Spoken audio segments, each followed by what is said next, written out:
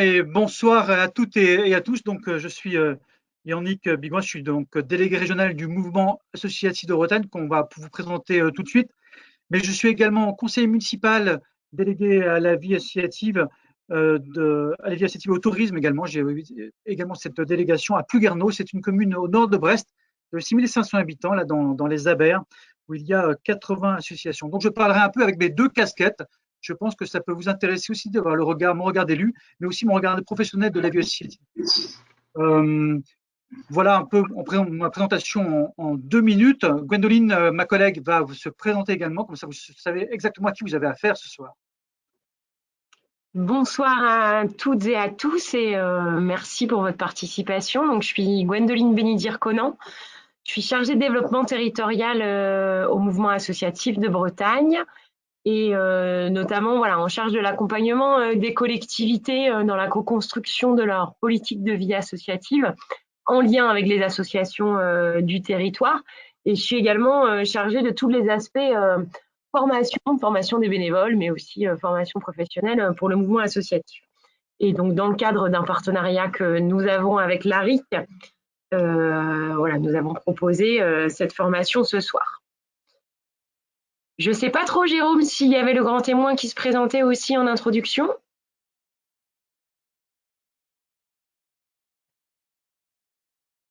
Non, on enchaîne du coup, Yannick?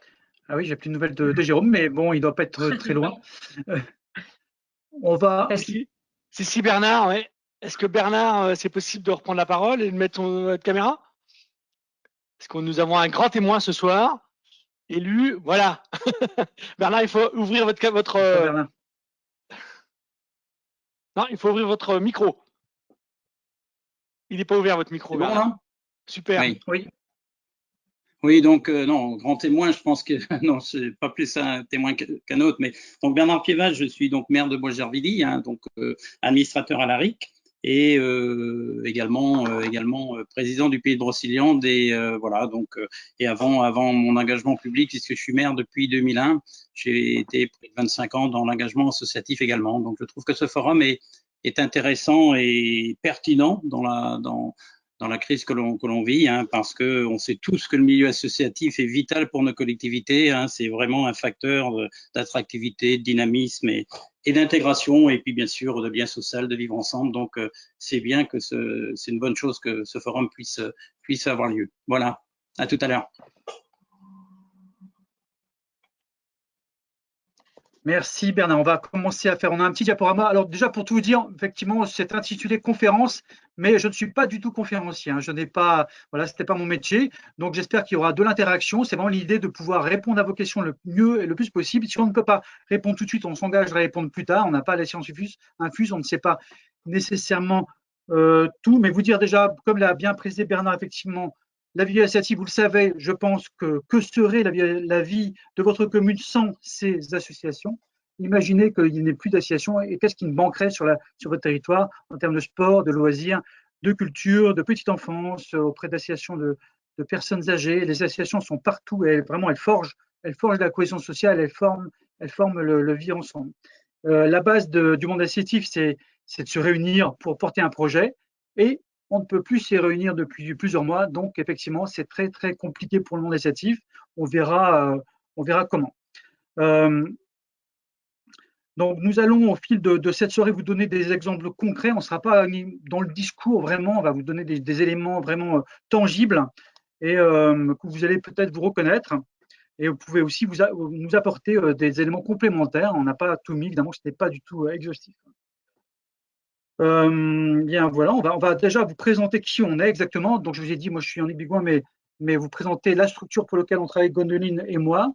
Alors cette structure, ça rassemble l'ensemble de manière générale les grandes coordinations et fédérations associatives au niveau régional. Alors on vous a mis les différents logos des membres.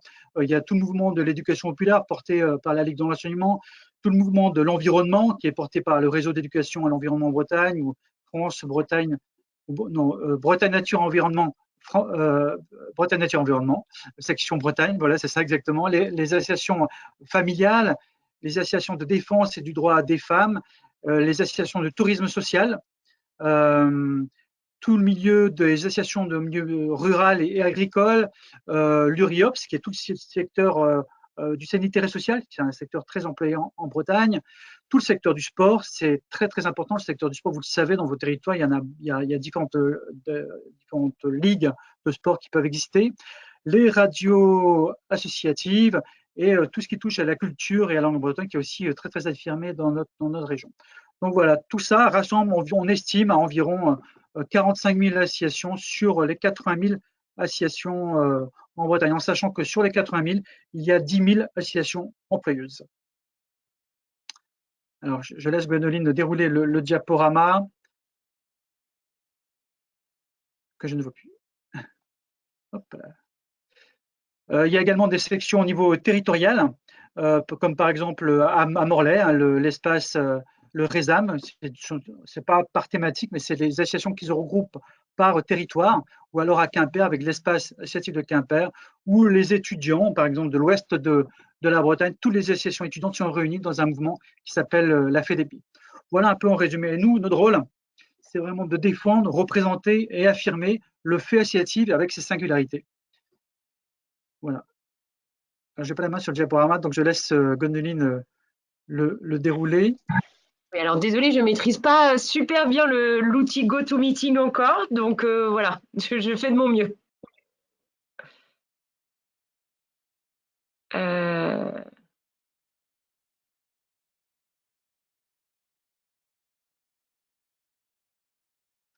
Voilà, ce que je vous disais, que c'est le mouvement associatif est porte-voix, mais on ne va pas parler que de ça, mais des dynamiques associatives. Elle développe la force associative pour que ça soit aussi en lien avec les politiques publiques. Et là, ça va vous parler, c'est qu'effectivement, ce dialogue puisse se faire entre les collectivités locales qui portent l'intérêt général et aussi une grande partie du monde associatif qui porte également l'intérêt général. Donc, c'est faire mouvement ensemble pour l'intérêt général. Voilà, je te laisse hop là, voilà, mettre la diapo suivante, Gwendoline. Oui, alors on avait dit qu'on faisait un petit sondage là maintenant. Voilà, je te laisse la main. On propose un petit sondage pour commencer, pour voir exactement ce que vous. Enfin, c'est pas un sondage très très long, mais c'est au moins pour repérer un peu ce que vous faites sur votre territoire. Je te laisse la main, Gwendoline.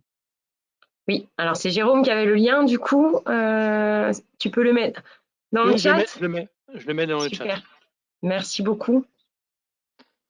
En effet, c'est avant de commencer du coup dans le vif du sujet, l'idée était qu'on ait une idée du coup parmi les collectivités présentes, celles qui ont une politique de vie associative dédiée et celles qui n'en ont pas, ça nous permettra aussi d'adapter notre discours. Voilà, donc Jérôme vient de mettre le lien vers un petit sondage du coup où il vous suffit de répondre par oui ou par non. Et puis on va laisser 1 ou 2 minutes. J'affiche, donc je vais partager, puis c'est moi qui vais afficher le Oui. résultat.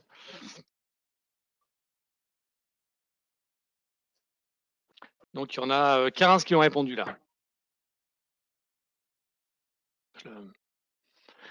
Je vais pas afficher tout de suite le résultat, parce qu'autrement ça va influencer les votes, donc je vais attendre. C'est ça.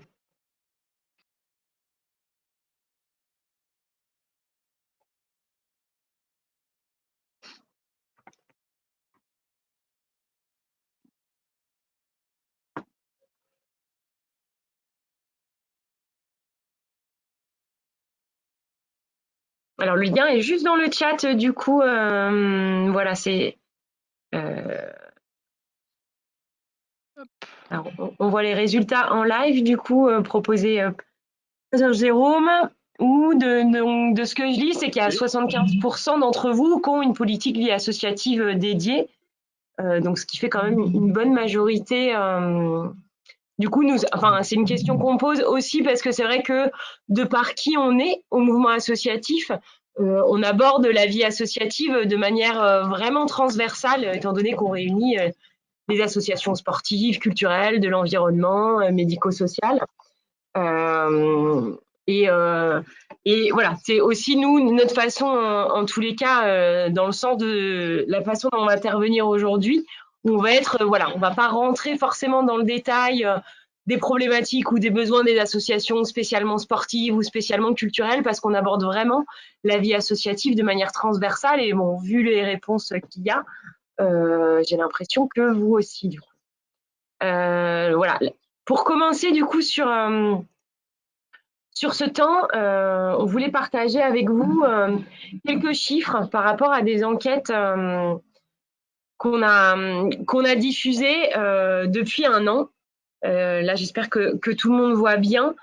C'est vrai que très rapidement, les associations ont été, pour certaines d'entre elles, fortement impactées, notamment par voilà, l'arrêt soudain des activités au premier confinement de mars 2020. Et voilà, les plus gros impacts étaient l'arrêt des activités, mais aussi pour 88% des associations, elles ont dû annuler ou reporter leurs événements, même s'il y a eu quand même un surcroît d'activités des associations, notamment à caractère social, de solidarité, caritatif, qui étaient pour le coup en première ligne des associations sollicitées, avec aussi un surcroît de bénévoles pendant le premier confinement. On verra ça plus particulièrement après. Et avec une grande capacité d'adaptation. C'est ce qui est ressorti également des enquêtes qu'on a pu diffuser, où beaucoup d'entre elles ont revu leur mode de fonctionnement, bon, notamment avec les outils numériques, mais ça, voilà, c'est pas que dans l'associatif que c'est apparu, même s'il y a eu voilà, des difficultés pour la mise en place de ces outils. Alors, il y a eu des permanences téléphoniques, du coup, qui ont été mises en place, où l'idée était de garder le lien entre bénévoles, mais aussi avec des adhérents et aussi avec les bénéficiaires. Donc, il y a eu beaucoup de choses qui ont été mises en place, avec des propositions d'activités à distance également. Donc, voilà, une très grande capacité d'adaptation et assez rapide, puisque voilà, on a vu que des associations de base ont proposé des activités, des associations locales ont proposé des nouvelles activités par visio aux enfants très, très, très rapidement. Même si, voilà, dans la deuxième enquête qu'on a diffusée plutôt en mai 2020, donc à la sortie du confinement, 70% des associations exprimaient rencontrer des activités pour la mise en place de solutions, qu'elles soient d'ordre financier, mais aussi technique, ou sur l'utilisation des locaux, ou également sur, il y a eu voilà, des gros soucis en termes de matériel, hein, sur le masque, les gels hydroalcooliques, et aussi un gros sentiment de solitude, parce que beaucoup d'informations qui arrivent sans forcément savoir est-ce que c'est des soutiens qui sont adaptés ou pas en fonction du type d'association qu'on est. Nous, c'est vrai qu'on a essayé d'être réactifs par rapport à ça, où on a mis une newsletter en place à raison de une tous les 15 jours, diffusée à voilà, pas mal de réseaux associatifs en Bretagne, pour diffuser l'information et aussi voilà, mais communiquer sur les nouvelles mesures gouvernementales, parce c'est pas toujours évident de s'y retrouver, et parfois il y a des mesures qui correspondaient aux entreprises mais aussi aux associations, mais les associations sont concernées. Donc, voilà, vous devez également recevoir énormément d'informations en tant que collectivité, donc être bien confronté à ça, de devoir faire le tri très souvent. Et sur la question des associations employeuses, qui sont à peu près 10 000 en Bretagne, ça représente environ 10% des associations bretonnes. Il y en a eu voilà, 72% qui ont eu recours au chômage partiel et plus de 60% qui ont eu recours au télétravail. Et avec ce nouveau confinement là qu'on vit actuellement, certainement un petit peu plus. Sur le nombre d'emplois, on est à peu près, alors je vois la question dans le chat en même temps, donc je réponds, on est à peu près à 100 000 emplois associatifs en Bretagne. J'ai pas le chiffre exact, mais il y a eu, voilà, en tous les cas, sur le dernier semestre 2020, une légère baisse de l'emploi associatif qui est déjà constatée, donc qui va peut-être se poursuivre aussi en 2021. Alors ça, c'est des chiffres qu'on a recueillis en 2020. Et il y a une nouvelle enquête en cours en ce moment, donc on vous a mis le lien, mais on pourra aussi vous remettre dans le chat tout à l'heure, parce que je ne peux pas faire les deux en même temps pour le coup, parce que c'est vrai que voilà, je fais le lien avec les diapositives qui suivent. Les premières enquêtes étaient beaucoup sur la mise en place des activités et l'impact financier et économique sur les associations. Au bout d'un an de crise sanitaire, on se rend compte que les plus grandes difficultés, et vous devez également être confronté à ça avec les associations avec lesquelles vous collaborez, elles sont vraiment sur les questions d'engagement et autour du bénévolat. Parce que même s'il y a eu un élan de solidarité au premier confinement qui a compensé l'absence de certains bénévoles plus âgés, il y a moins de temps parce qu'en effet, il y avait beaucoup de gens en chômage partiel, ce qui est moins le cas aujourd'hui. Mais du coup, à l'heure actuelle, il y a une démobilisation, une perte de lien, en fait, une perte de lien entre bénévoles déjà, et puis de grosses incertitudes, d'où cette troisième enquête, là, du coup, qui est mise en place en ce moment, pour vraiment avoir un retour concret de ce que vivent les associations à l'heure actuelle. Alors, nous, c'est des résultats qu'on aura à l'échelle nationale, mais également régionale, et puis départementale, on espère. Mais il ne faut pas voir non plus que le négatif dans cet engagement citoyen, parce qu'au-delà des associations, il y a eu une émergence d'initiatives citoyennes avec beaucoup de cartes qui ont émergé pour identifier toutes ces initiatives citoyennes, avec par exemple la fabrication de masques, de visières, des paniers suspendus qui ont été mis en place dans pas mal d'endroits, des entraides téléphoniques mises en place auprès des personnes avec plus de fragilité psychologique, personnes âgées, personnes en situation de handicap également. Et puis, vraiment un boom des plateformes de bénévolat en ligne où on a constaté des nouvelles façons de s'engager, en fait, finalement, où l'engagement citoyen pouvait se faire qu'en ligne, où on se proposait en tant que volontaire pour accompagner, mais même de manière virtuelle parfois, des personnes isolées chez elles à côté. Mais voilà, des nouvelles formes d'engagement qui émergent avec des constats là sur le début de l'année 2021 d'une baisse des adhérents. Alors avec des associations qui, à la rentrée de septembre, il y avait un élan de nouveau pour s'inscrire et relancer l'activité avec des propositions de report, de réduction. Là, voilà, sur l'année 2021, on sent que c'est plus compliqué, même si les activités pour les enfants ont pu reprendre. Mais voilà, ce qui nous inquiète en tant que réseau associatif, c'est vraiment cette perte de lien avec les bénévoles et cette démobilisation qui est notamment due au manque de perspective, parce que vu que la mise en place des activités est pas encore concrète et précise, c'est difficile de se projeter. Il y a des annonces sur les événements culturels là pour cet été à 5000 places, mais avec voilà, quel protocole sanitaire mis en place.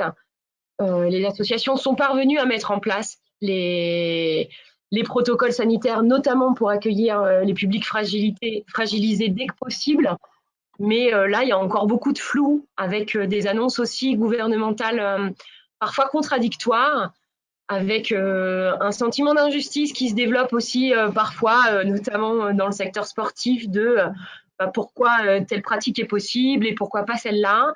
Donc voilà, là on est plus sur les constats et puis je vais laisser Yannick intervenir, à moins qu'il y ait quelques questions ou demandes de précision plutôt sur ces constats-là, que vous pouvez aussi compléter avec ce que vous vivez. Mais l'idée, c'est que là, dans la suite de la conférence, on vous présente quel peut être le rôle des collectivités maintenant et après. Ouais, alors c'est vrai qu'on a dit qu'on arrêtait, on faisait une petite pause pour voir s'il y avait des questions. Si on n'a pas, moi j'en avais une par rapport au rôle spécifique des jeunes notamment dans la question d'engagement et des questions de rupture d'engagement en fait dans les constats que vous avez faits. Est-ce qu'il y a des enquêtes spécifiques sur ces publics-là ou non, où il n'y a pas de données là-dessus, où on verra bien quand ça va démarrer quoi, quand ça va redémarrer, je sais pas. Alors, sur la question des jeunes en tant que telle, il y a une enquête en ce moment, alors plutôt au niveau de la vie étudiante, parce qu'en effet, On voit bien que les jeunes sont particulièrement touchés par la crise, mais finalement, c'est une population qui reste engagée. Là où, si on regarde en termes d'âge de mobilisation, pour le coup, c'est une population. Les jeunes sont peut-être moins effrayés, ont moins peur en fait par rapport au coronavirus, donc d'avoir le Covid. Donc c'est une population qui est restée engagée, contrairement aux bénévoles plus âgés, où il y a vraiment une peur qui s'est installée en fait, hein, et où là il y a eu des enquêtes qui ont été faites cet automne, plutôt sur la volonté pour les bénévoles de se faire vacciner, enfin leur rapport à la vaccination. Et en effet, 70% des bénévoles étaient prêts à se faire vacciner pour suivre leur engagement. Mais ça voulait, enfin, à contrario, ça voulait dire que parmi les personnes les plus âgées, il y en avait aussi plus de 50% qui poursuivaient pas leur engagement par peur d'être contaminés. Donc voilà, c'est une population qui continue de s'engager, mais qui est aussi fortement impactée en fait, et en vraie rupture de lien social. Mais il y a pas mal d'initiatives de jeunes qui ont vu le jour, hein, notamment, vous avez tous dû voir des épiceries dans les universités, ce genre de choses. Et après, on est aussi sur des constats globaux sur l'engagement des jeunes qui se fait pas de la même façon, peut-être pas sur le long terme où on s'engage dans la même association pour la durée, mais on va s'engager peut-être dans plusieurs associations sur des engagements de plus court terme. Et il y a aussi, j'ai envie de dire, sur l'engagement des jeunes, sur les enquêtes qui ont été faites là ces dernières années, les deux grandes causes de l'engagement chez les jeunes aujourd'hui sont tout ce qui est changement climatique et protection de l'environnement, et aussi les questions d'égalité en genre, mais aussi voilà, de tout ce qui concerne les luttes contre les discriminations. Et enfin, voilà, au regard de l'actualité, on voit bien que les jeunes sont très très présents sur ces questions de société-là. D'accord. Donc c'est un regard plutôt optimiste, mais qui confirme. Enfin, je vois, il y a une remarque là sur le comment, sur la place des dirigeants à vouloir maintenir la vie des associations malgré la démotivation des adhérents. C'est-à-dire qu'on a aussi un public, un autre public qui continue à être motivé, quoi. Oui, alors après, c'est vrai que ce qui ressort, c'est que souvent les noyaux durs des associations, le bureau en général, reste mobilisé et tant bien que mal tente de garder le lien. C'est plutôt sur voilà, sur les adhérents et les autres bénévoles qui donnent des coups de main sur de l'événementiel, ce genre de choses. C'est ces bénévoles-là, en fait, avec qui le lien se perd. Mais en général, voilà, les responsables associatifs, les membres du bureau, souvent, eux, restent mobilisés, mais voilà, ils sentent que c'est pas simple de garder le lien parce qu'eux aussi, ils sont pas en mesure de proposer. Je pense qu'il y a eu, sur l'année 2020, voilà, des événements programmés, déprogrammés, reprogrammés, et ce qui fait qu'il y a eu en fait un essoufflement. Et là, le manque de visibilité, là, sur le printemps et l'été qui arrivent, on en est là, sur les constats aujourd'hui, quoi. Et en effet, je partage le constat de Cathy qui dit le risque, c'est que ces responsables-là s'essoufflent. En effet, c'est pour ça que voilà, là, on est sur des constats qui sont en effet pas positifs. Il y a du positif hein, sur l'engagement des jeunes. Alors, je ne sais pas si c'est vraiment un renouvellement, mais en tous les cas, des initiatives citoyennes qui émergent et qui perdurent, oui, avec des nouvelles façons de faire, en fait, où il y a eu une adaptation des façons de s'engager et aussi peut-être, je pense, une population, parce qu'on parle souvent de l'engagement des jeunes en disant les jeunes ne s'engagent plus.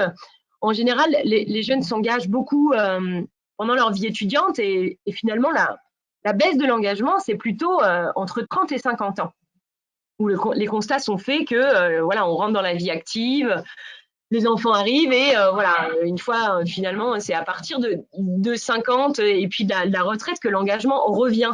Mais contrairement aux idées reçues, les jeunes de 20-30 ans sont une population assez engagée en fait. Pas comme auparavant, mais il s'est toujours engagé. C'est pas la même manière de s'engager qu'auparavant, c'est-à-dire des engagements à long terme, sur des décennies parfois. mais c'est sur plutôt des engagements, voilà, sur une action, un projet. Mais il y a un vrai engagement toujours, hein, tous les différents sociologues l'ont bien aperçu. Laurence Davous, là, qui est une sociologue bretonne, nous l'a expliqué dernièrement. C'est très intéressant de voir aujourd'hui comment les jeunes s'engagent. Ils ne s'engagent plus vraiment de la même manière, mais ils sont vraiment présents, quoi. Et ils sont moins présents effectivement dans les instances, dans les fédérations, pour moins de réunions, quoi. Pas aussi parfois. Moi, en tout cas, sur le terrain, je peux constater que le monde associatif, comme je viens de le lire de la part de Jérôme, là, de Lamballe, effectivement, s'adapte complètement, quoi. Le monde associatif est présent, est toujours là. D'ailleurs, il ne s'est jamais complètement arrêté, mais il est toujours là. Les liens ont perduré. Il y a quelques semaines, j'ai été voir le club de rugby de ma commune et j'étais stupéfait par le dynamisme qu'il pouvait y avoir. Comment les associations allaient de l'avant. Il y avait plein de jeunes qui étaient sur le terrain, ça riait, il y avait tous les âges et il y avait une montée en flèche d'adhérents. Effectivement, c'est peut-être particulier à ce sport, mais il y avait une envie de faire ensemble qui vraiment venait de loin parce qu'effectivement, les gens ont été enfermés en quelque sorte entre quatre murs et ils ont de plus en plus une impatience de faire ensemble. Et Thierry Fauchou nous signale qu'il y a un petit sondage sur sa commune qui montre que la préoccupation première aujourd'hui est le redémarrage des activités effectivement, avec ces difficultés à l'accès aux salles. Là, avec la loi qui tombe et qui, voilà, un élu ne peut qu'obéir, ne peut que dire, ben, écoutez, on ne peut pas vous donner d'accès aux salles, c'est compliqué. Donc, là, de fait, voilà, il faut jongler parfois avec les demandes et les incompréhensions. Ça peut arriver de certains responsables associatifs. On va avancer. Oui. Gwendoline, si tu veux bien. Et merci pour vos interventions et vos questions. Alors, le rôle des collectivités maintenant, alors, de mon point de vue, mais on peut en discuter. Le rôle de la collectivité, c'est vraiment de relayer l'information, de diffuser l'information le plus possible. Et il y a beaucoup d'informations. Ce n'est pas facile toujours d'avoir le panel de soutien qui peut exister pour le monde associatif. Mais là, je vous ai mis quelques dispositifs spécifiques pour le monde associatif. Par exemple, le Covid Résistance, qui est un prêt à taux zéro pour plutôt les associations employeuses, hein, qui est garanti par l'État. Le Pass Asso pour les EPCI. Alors effectivement, c'est une combinaison entre le Conseil régional de Bretagne et les EPCI volontaires. Et là, pour le moment, je crois qu'il y a autour de 33 EPCI volontaires sur les 57, puisque les deux métropoles ne sont pas concernées, sur 59. Donc, avec 50% de la part de l'OPCI et 50% de la part du conseil régional pour les toutes petites associations, voire même, c'est possible, les associations non employeuses, puisque les critères sont définis au niveau local. Urgence ESS, c'est un dispositif pour les associations employeuses de 1 à 10 salariés, ça va de 5 000 à 10 000 euros, à 8 000 euros, c'est une subvention. Voilà. Un jeune, une solution. Là, je ne vais pas vous faire tout le panel de choses qui peuvent exister, mais il y a des, par exemple, il y a des emplois aidés.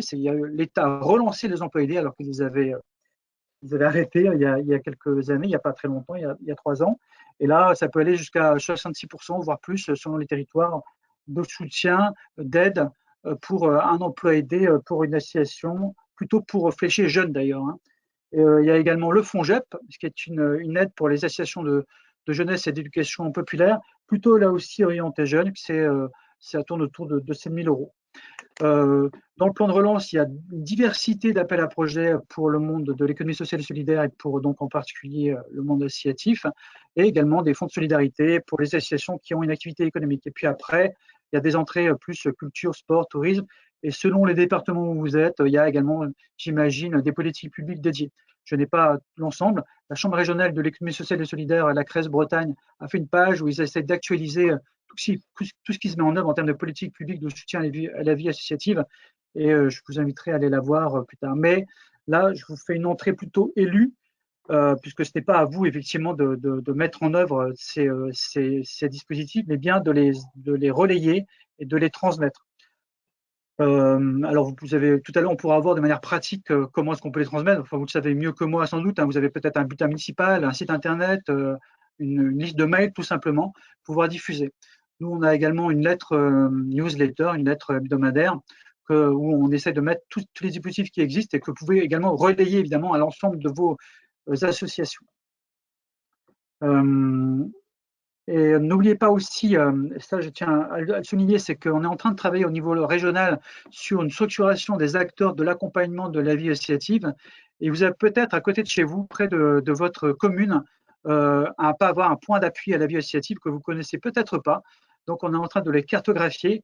Et là, il ne faut pas hésiter à orienter une association en difficulté, qui a un problème de gouvernance, un problème économique, un problème voilà, de local, peut-être pas, parce que là, c'est directement avec vous. Mais en tout cas, il y a un questionnement, quoi. Et donc, je vous invite à aller sur la carte. On a mis le lien là sur le diaporama. Évidemment, on vous donnera le diaporama. Thierry Fauchot me demande comment est-ce qu'on fait pour recevoir la lettre. Eh bien, il suffit de nous envoyer un petit message ou d'aller sur le site internet et puis il suffit il y a un petit formulaire, enfin c'est tout bête, mais à nous renvoyer et vous avez votre lettre. Alors on l'a fait maintenant, on la faisait tous les 15 jours pendant vraiment la crise de Covid, pendant les confinements. Là, on a un petit peu réduit, mais c'est gratuit bien entendu, hein, on met ça à votre disposition. Hein. C'est accessible aux collectivités, c'est accessible à tous ceux qui s'abonnent. Voilà, tout simplement. C'est pas bien compliqué, il suffit juste de s'abonner et puis vous la recevrez et vous vous arrêtez si vous voulez. Voilà. Mais on essaie de mettre des choses très pratiques et puis on essaie d'avoir un travail de veille sur les dispositifs pour la vie associative et pouvoir le diffuser le plus possible. Gwendoline, je vois que tu as arrêté la carte, Yannick, juste pour montrer rapidement à quoi ça ressemble. S'il te plaît. Désolée, du coup, je suis obligée d'arrêter mon écran pour changer. Hop. Voilà, je ne sais pas si tout le monde voit bien.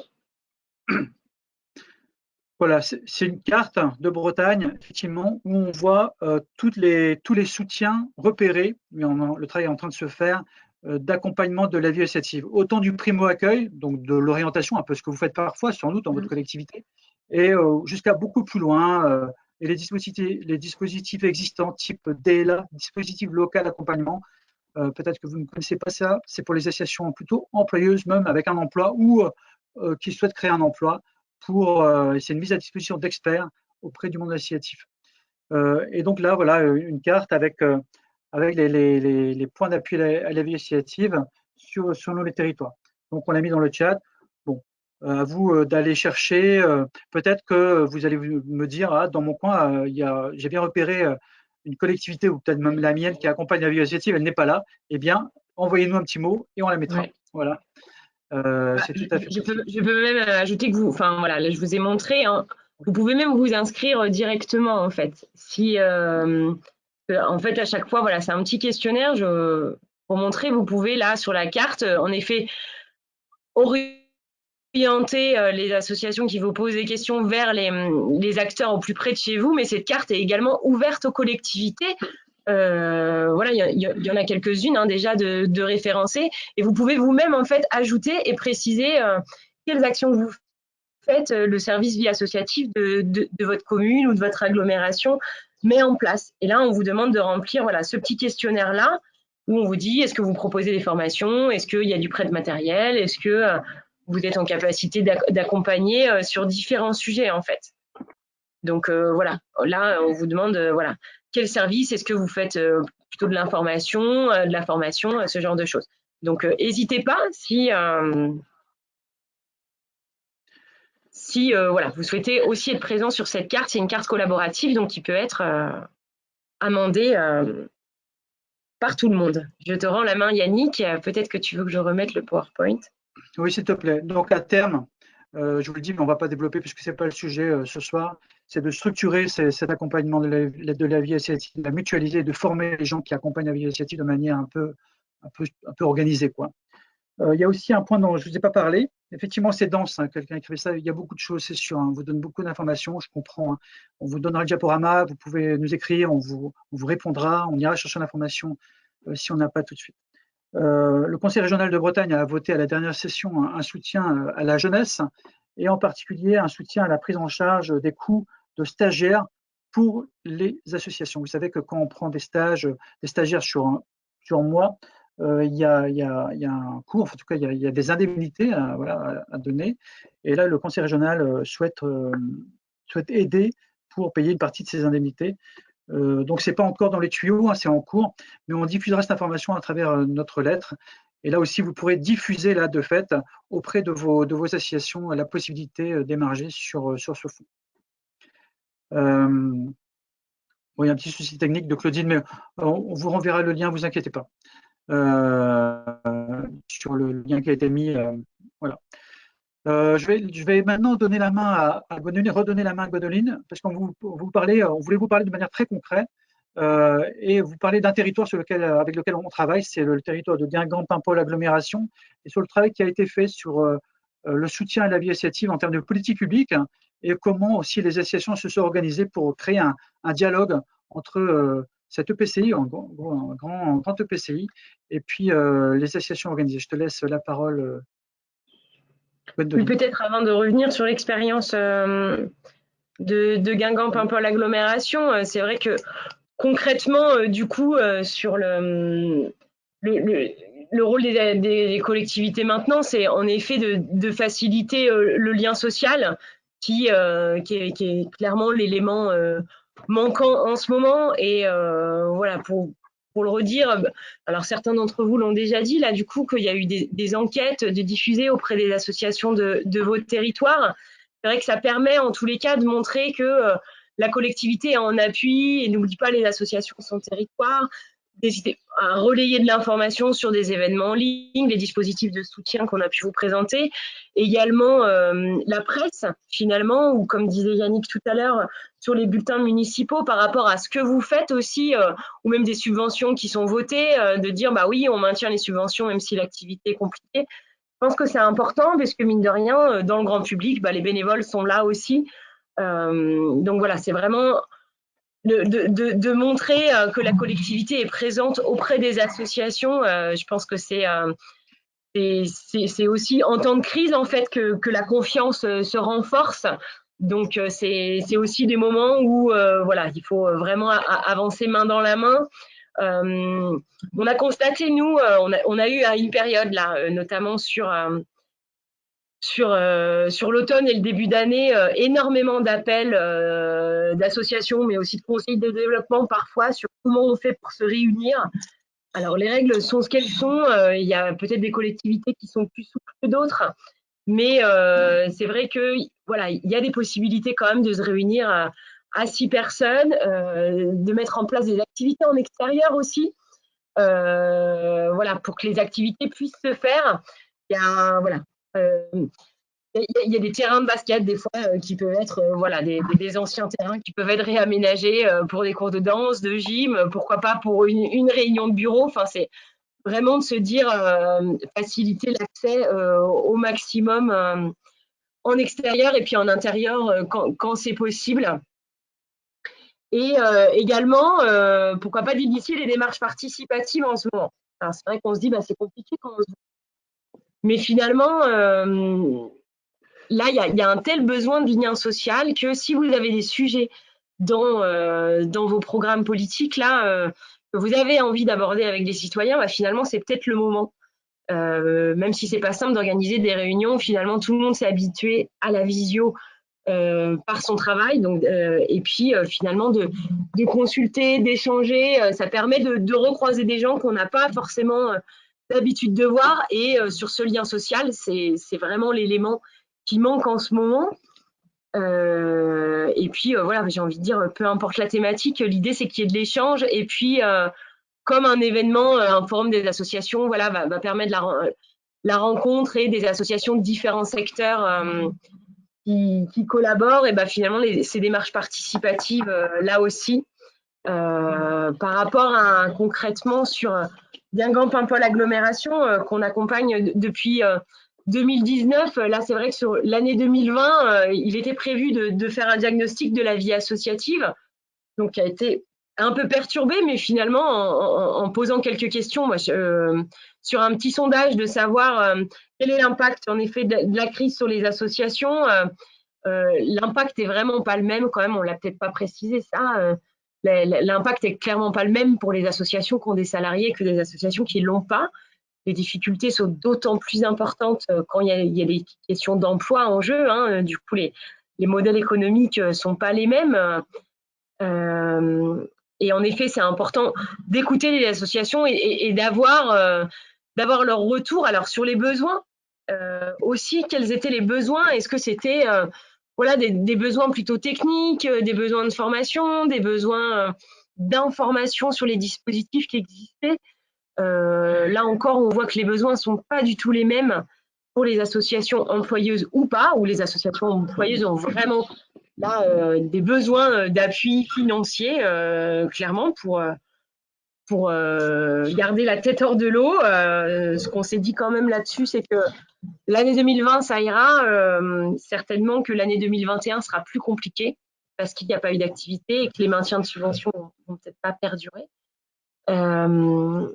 Et finalement, les besoins étaient plutôt voilà, sur la reprise de l'activité, comment ça va pouvoir se faire. Ça a permis quand même aussi, de manière collective, de répondre aux besoins.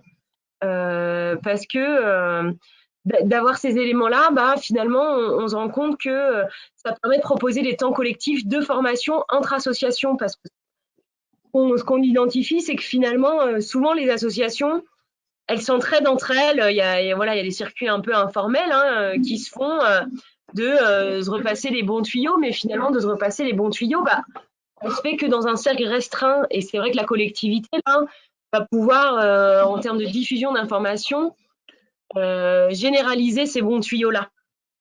Et voilà, il y a vraiment l'idée, là, suite au diagnostic sur Guingamp par rapport à l'agglomération, l'idée de mettre en place une newsletter commune, en fait, avec des associations. Il y a aussi des formations construites entre associations qui vont se mettre en place.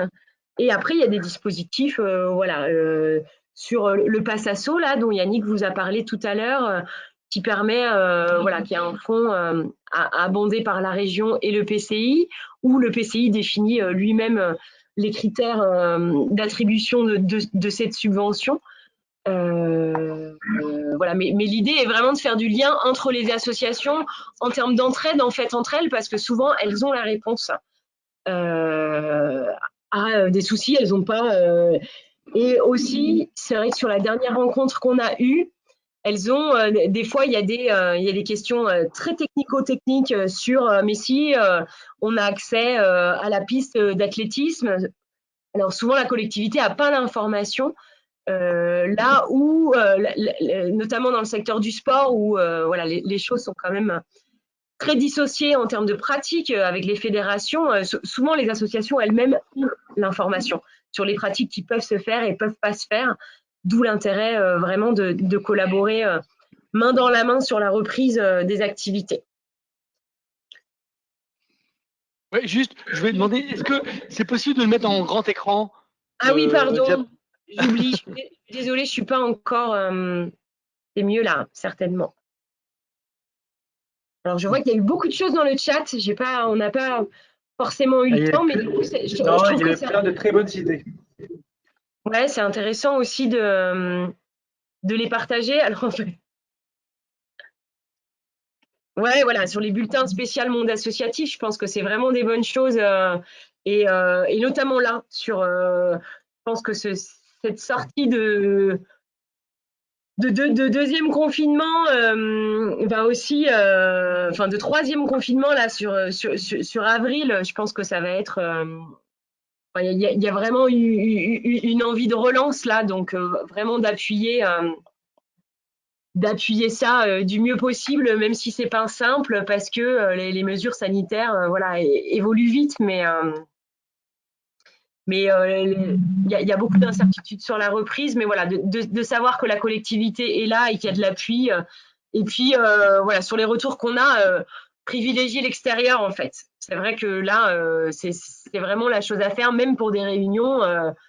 En fait, le constat qui est fait aussi, là, qui n'est pas forcément dans les constats officiels, mais les constats qui sont faits, c'est que finalement, il y a en fait beaucoup de pratiques associatives qui se font en off. Vous devez aussi le voir sur vos communes, mais sur des chorales, ce genre de choses qui se réunissent quand même les uns chez les autres, en fait. Donc, finalement, c'est aussi de la responsabilité individuelle et collective. C'est est-ce que finalement, on ouvre peut-être une salle dans un lieu public qui fait que les mesures sanitaires, le port du masque sera obligatoire, ou est-ce qu'on facilite de se dire bon bah oui, les parcs de la commune sont ouverts à la pratique, Là, ça va être plus facile, mais en tous les cas, il y a aussi beaucoup de choses qui se font là, surtout en ce moment, de manière voilà, qui sont pas officielles, mais qui se font quand même, et où la prise de risque est aussi plus importante pour les bénévoles, en fait.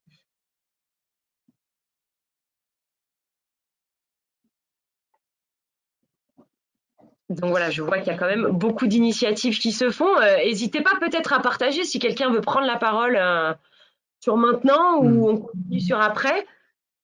Peut-être qu'on se gardera le temps. Jérôme, je te laisse, je te pose la question aussi. Je pense que, ouais. Moi, je pense que si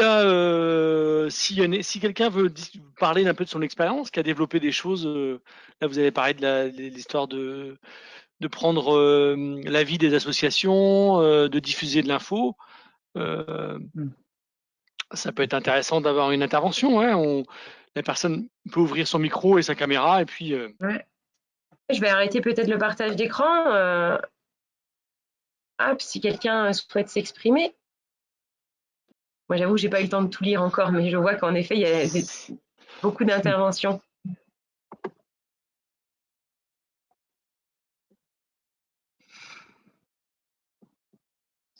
Je sais pas si sur le sujet, Madame Tavernier là qui est intervenue plusieurs fois, est-ce que sur les sujets sportifs et Oui, je suis là. Oui, bonjour. mettez votre caméra à la limite comme ça on va vous voir. Attendez. Bougez pas.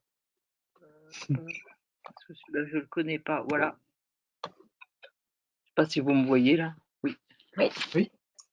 Oui, bonjour. Oui, moi je suis adjointe au sport et aux assos et la vie associative, sportive et culturelle sur Montgermont, avec beaucoup d'associations. Alors juste, Montgermont, dites-nous où c'est Montgermont quand même, parce que tout le monde n'est pas du. Montgermont, c'est juste à quelques kilomètres de Rennes. C'est dans la première couronne rennaise.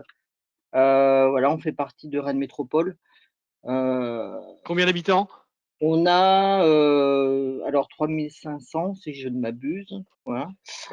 Donc on est une petite commune avec de mémoire, on doit avoir une trentaine d'associations sur la commune. On a été labellisé récemment ville active et sportive. Donc c'est vrai que là maintenant, donc on a ouvert, enfin on est toujours en lien avec des assos.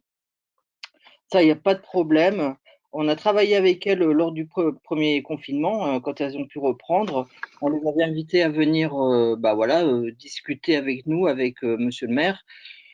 Et donc, on a mis en place les protocoles qu'ils nous ont donnés. Chacun a dû donner donc ses protocoles pour refaire les reprises en salle. Là, maintenant, on se retrouve sans possibilité de rentrer dans les salles. Donc, ça, c'est quand même très embêtant pour tous les assos qui se font effectivement dans nos salles. Notamment, moi, je pense à des associations de personnes âgées, de retraités, donc qui font de la belote, qui se retrouvent pour jouer, pour discuter.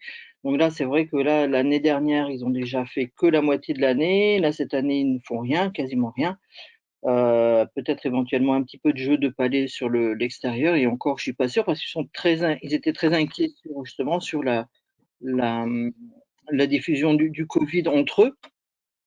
Pas oublier ça, parce qu'on parlait. Enfin, moi, j'ai pris en cours de route, mais vous avez parlé pas mal de bénévoles qui étaient inquiets, mais il faut pas oublier aussi les adhérents. Autrement, sur le sport, ils sont quand même mobilisés. Après, c'est vrai, ce que je mettais, c'est que là, actuellement, les salles étant fermées, ils se retrouvent à pouvoir faire ça sur un espace public où c'est quand même très, très limité, puisque c'est normalement 6 personnes à la fois. Voilà, moi, ce que je disais, c'est que les infos, elles arrivent comme elles arrivent, donc on essaye de leur donner, ils sont au courant, après ils nous donnent leurs infos aussi des fédérations. On a quand même beaucoup de liens avec eux, par mail, même quand on les voit dans la rue, on discute, ou par téléphone. Voilà, et nous, on a toujours dans notre bulletin municipal une page consacrée aux associations en fonction de ce qu'ils ont comme événement à venir ou ce qu'ils ont envie de dire. C'est vrai que là, la période où il n'y a pas eu grand-chose de mis, mais ils essayent toujours de faire des actions. Je sais que le basket, le volley, on fait pas mal d'actions sur leur Facebook. bon, voilà, après, c'est pas forcément notre initiative à nous, collectivités, mais voilà, on suit quand même leur évolution. Et on a aussi, sur Montgermont, on a donc on a plusieurs canaux de diffusion de l'info, notamment aussi une newsletter donc, qui paraît toutes les semaines, où là, on peut mettre tout ce qu'on veut, toutes les nouvelles pratiques, voilà, tout ce qu'on veut, tous les sujets sont abordés. Et bon, bah, on se retrouve quand même toujours un peu dans la panade, hein. On voit bien quand même qu'ils sont très très inquiets sur l'année prochaine, hein. Je pense que là, ça va être un tournant très décisif pour eux. Et voilà, avec une année blanche, là, avec tous les matchs qui ont été annulés, les budgets, voilà, il va falloir songer aussi peut-être à savoir ce qu'ils vont faire pour leurs adhérents. Et là, c'est vraiment la grosse, grosse question pour eux, hein, parce que leur budget est quand même voilà, lié aux adhésions et surtout aux événements qu'ils peuvent proposer à l'année. Et il n'y en a pas eu. Donc, c'est une très grosse perte. Les sponsors aussi qui, malheureusement, vont pas pouvoir donner leur soutien parce que certains ont fermé carrément. Il n'existe plus, donc il n'y aura plus d'argent, de rentrée d'argent. Donc là, c'est quand même voilà, des budgets qui vont tomber et ça va être inquiétant pour tous, hein. Et on a quand même des équipes qui jouent en national. On a quand même voilà, des événements qui sont faits à l'année. Voilà, quid de tout ça? Est-ce qu'ils vont retrouver des gens qui vont venir? Voilà, plein de questions. Moi, j'ai posé la question auprès des impôts pour savoir si éventuellement ils pouvaient faire, si les adhérents pouvaient faire des dons, mais ça paraît bien compliqué. Donc voilà, il y a plein de choses qui vont se poser à la rentrée. Enfin là, même là maintenant, puisque là, est-ce qu'ils vont être, est-ce que les gens vont demander à être remboursés? Est-ce qu'ils vont faire des avoirs? Je pense que tout le monde se pose la même question, hein. C'est vraiment compliqué parce que faire du sport par internet, ça marche pas trop bien. Même les autres, hein, les personnes âgées sont pas forcément calés en informatique, donc ça, ce sont des gens quand même qui sont un peu perdus pour cette année. Je ne sais pas trop s'ils ont fait quelque chose dans ce goût-là. Bon, voilà, je pense qu'on est tous dans le même, voilà, dans la même situation, hein, surtout des communes, hein. Vous parliez de la question des budgets, justement, là, ça va venir après. Je pense aussi que Yannick va nous parler de ça après. Mais je pense qu'il y avait une expérience sur Pleuhermel, sur un marché artisanal, là, une initiative, c'est peut-être intéressant. Vous nous en parliez, je sais pas comment par rapport à Gwendoline et Yannick, hein, mais peut-être prendre un deuxième exemple, un deuxième témoignage, et après on vous laisse enchaîner. Oui. Ouais. Merci, Madame Tavernier, pour votre intervention. Je ne sais pas si Monique Garot à Pleuhermel pourrait. Alors vous pouvez fermer votre caméra et votre micro. Je ne sais pas si Madame Garot à Pleuhermel, voilà, pourrait nous dire ce que vous faites. Vous m'entendez? Très bien. Bon, voilà. Donc, nous, à Pleuhermel, effectivement, c'est passé des choses. La caméra n'est pas très concentrée. On voit que la moitié de votre masque. Vous n'êtes pas en face de la caméra. Voilà. Attends, je vais enlever ça. Ça va être mieux. À Pleuhermel, c'est une nouvelle expérience, effectivement. Nous avons mis en place, donc avec la personne qui s'occupe de la vie associative, nous avons mis en place un marché artisanal. Bon, pour le moment, il n'a eu lieu qu'une fois, mais en même temps qu'une autre association, hein, les Vieilles Totos de Pleuhermel, qui regroupe un certain nombre, effectivement, d'adhérents. Et nous allons proposer pour les prochaines fois, nous allons proposer donc aux associations, enfin celles qui le souhaitent, mais pas tout en même temps quand même, d'installer éventuellement un stand. Donc voilà, parce qu'il y a quand même, il faut le reconnaître, des associations en réelle difficulté financière. Donc pourquoi pas, effectivement. L'autre fois, il y en a une qui avait fait des crêpes et des gâteaux, qui était très contente de sa petite recette. La prochaine fois, apparemment, France. Donc, ce sera une association qui va vendre, 4 même, oui, voilà, qui va vendre des plantes et différentes. Je sais pas ce qu'ils vont vendre encore que des plantes. Des plantes pour le jardin. Pour le jardin. Mais aussi des fleurs. Et voilà, et donc entre les galettes saucisses, enfin voilà, on est ouvert à toutes les propositions. Voilà, on fait ce qu'on peut effectivement, mais on essaye de dynamiser effectivement tout ça par des petits gestes, des petites possibilités, et je pense que les gens ont l'air très très contents. Voilà. Eh ben, merci pour votre témoignage. Et le soleil a plu Armel. Hein. Ah oui, on a le soleil dans les yeux. Tout le monde Merci. cite le Pleuramel. Je vais pas présenter le Pleuramel. Je pense que tout le monde connaît. Eh ben, je vous laisse là. Du coup, on vous laisse reprendre votre. Mais ce sera toujours possible hein, dans la suite, de toute façon. Merci, Madame Garot. Vous pouvez éteindre votre micro, votre caméra. Votre caméra et votre micro. Voilà, merci. Et donc, on vous donne la parole, Yannick et Gwendoline. Voilà, juste peut-être pour le maintenant, par rapport aux interventions qu'il y a eu, c'est vrai que, enfin, je voyais aussi là dans le chat des difficultés par rapport à la réglementation, à ce qui arrive des préfectures et tout ça. Enfin, faut pas aussi hésiter, je pense, à être transparent en disant, voilà, c'est pas simple pour nous non plus en tant qu'élus, en fait, de s'y retrouver dans tout ça. Et je pense que c'est aussi la réalité. Voilà, je vais laisser Yannick poursuivre sur voilà, comment préparer l'après la reprise. Mais du coup, voilà, super ces appuis aussi d'actions d'autofinancement.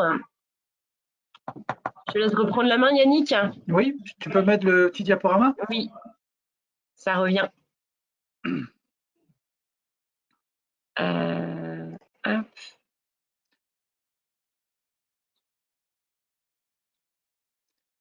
Alors, faire ensemble sur du long terme. Ce que je vous propose maintenant, c'est que effectivement, on puisse balayer tout ce qui peut se faire. Hein. C'est vraiment, il y aura beaucoup d'éléments encore, ça va être assez dense.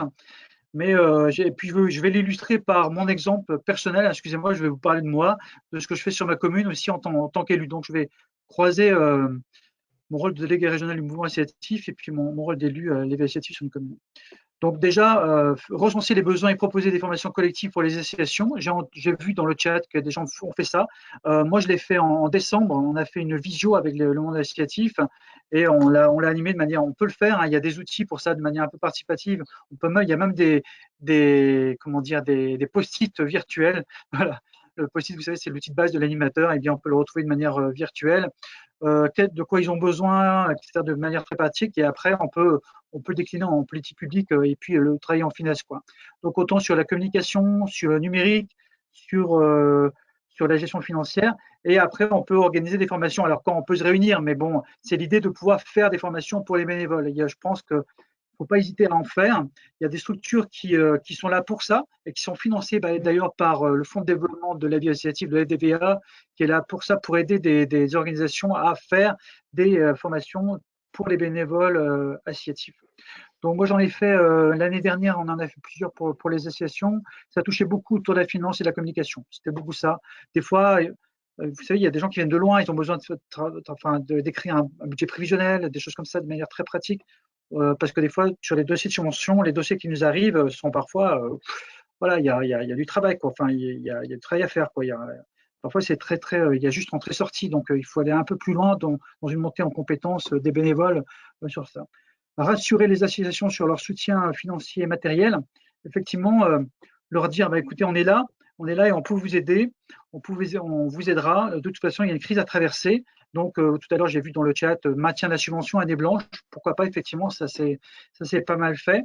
Mais aussi, moi, je travaille de plus en plus sur des CPO, c'est-à-dire qu'on va dégager l'association de cette épée de Damoclès sur la tête en disant est-ce que j'aurai ma subvention cette année, si je ne l'ai pas, je ne pourrais pas faire.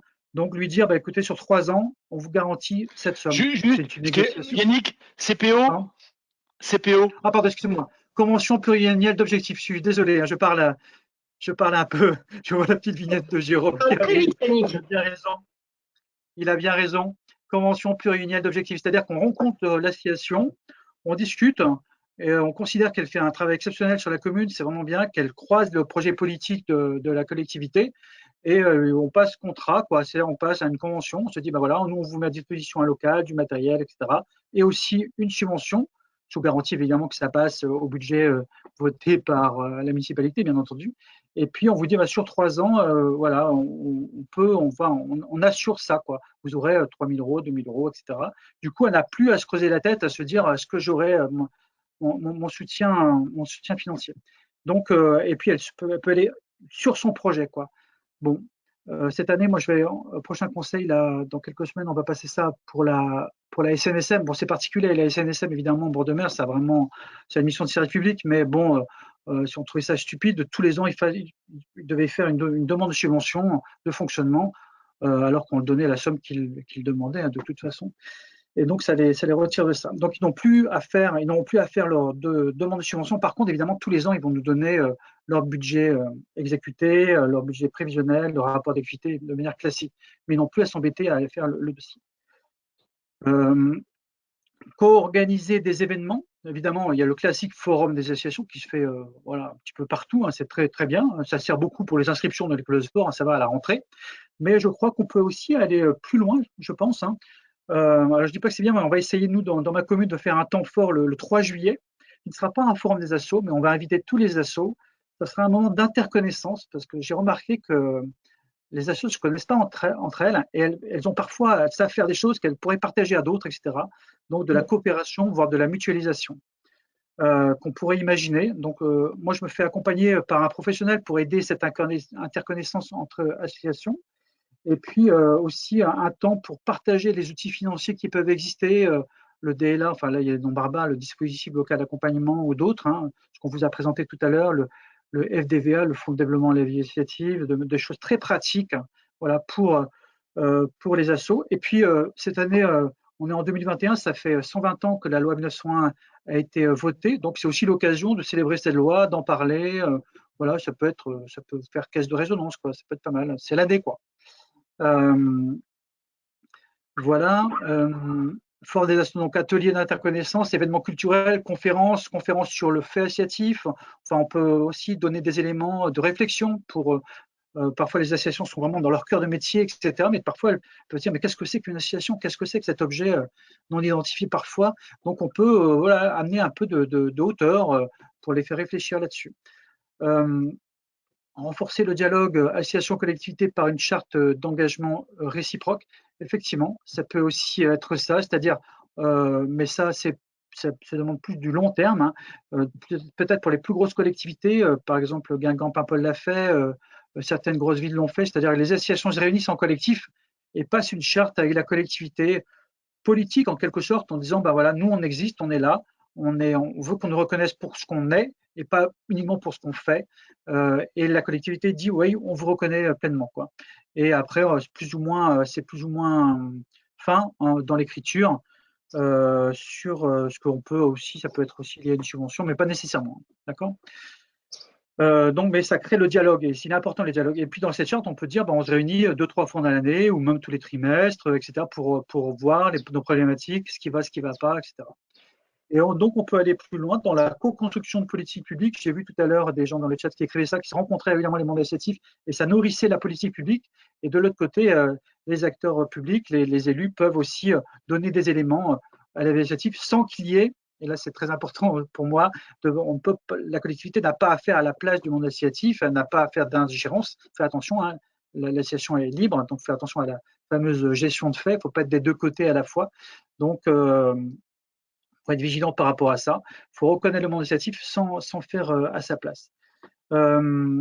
Voilà. De manière pratique, pour revenir un peu sur la communication, chez vous sans doute il y a un bulletin municipal. Nous on en a un bulletin municipal qui paraît toutes les semaines, et puis on a une revue municipale qui paraît 2 fois dans l'année.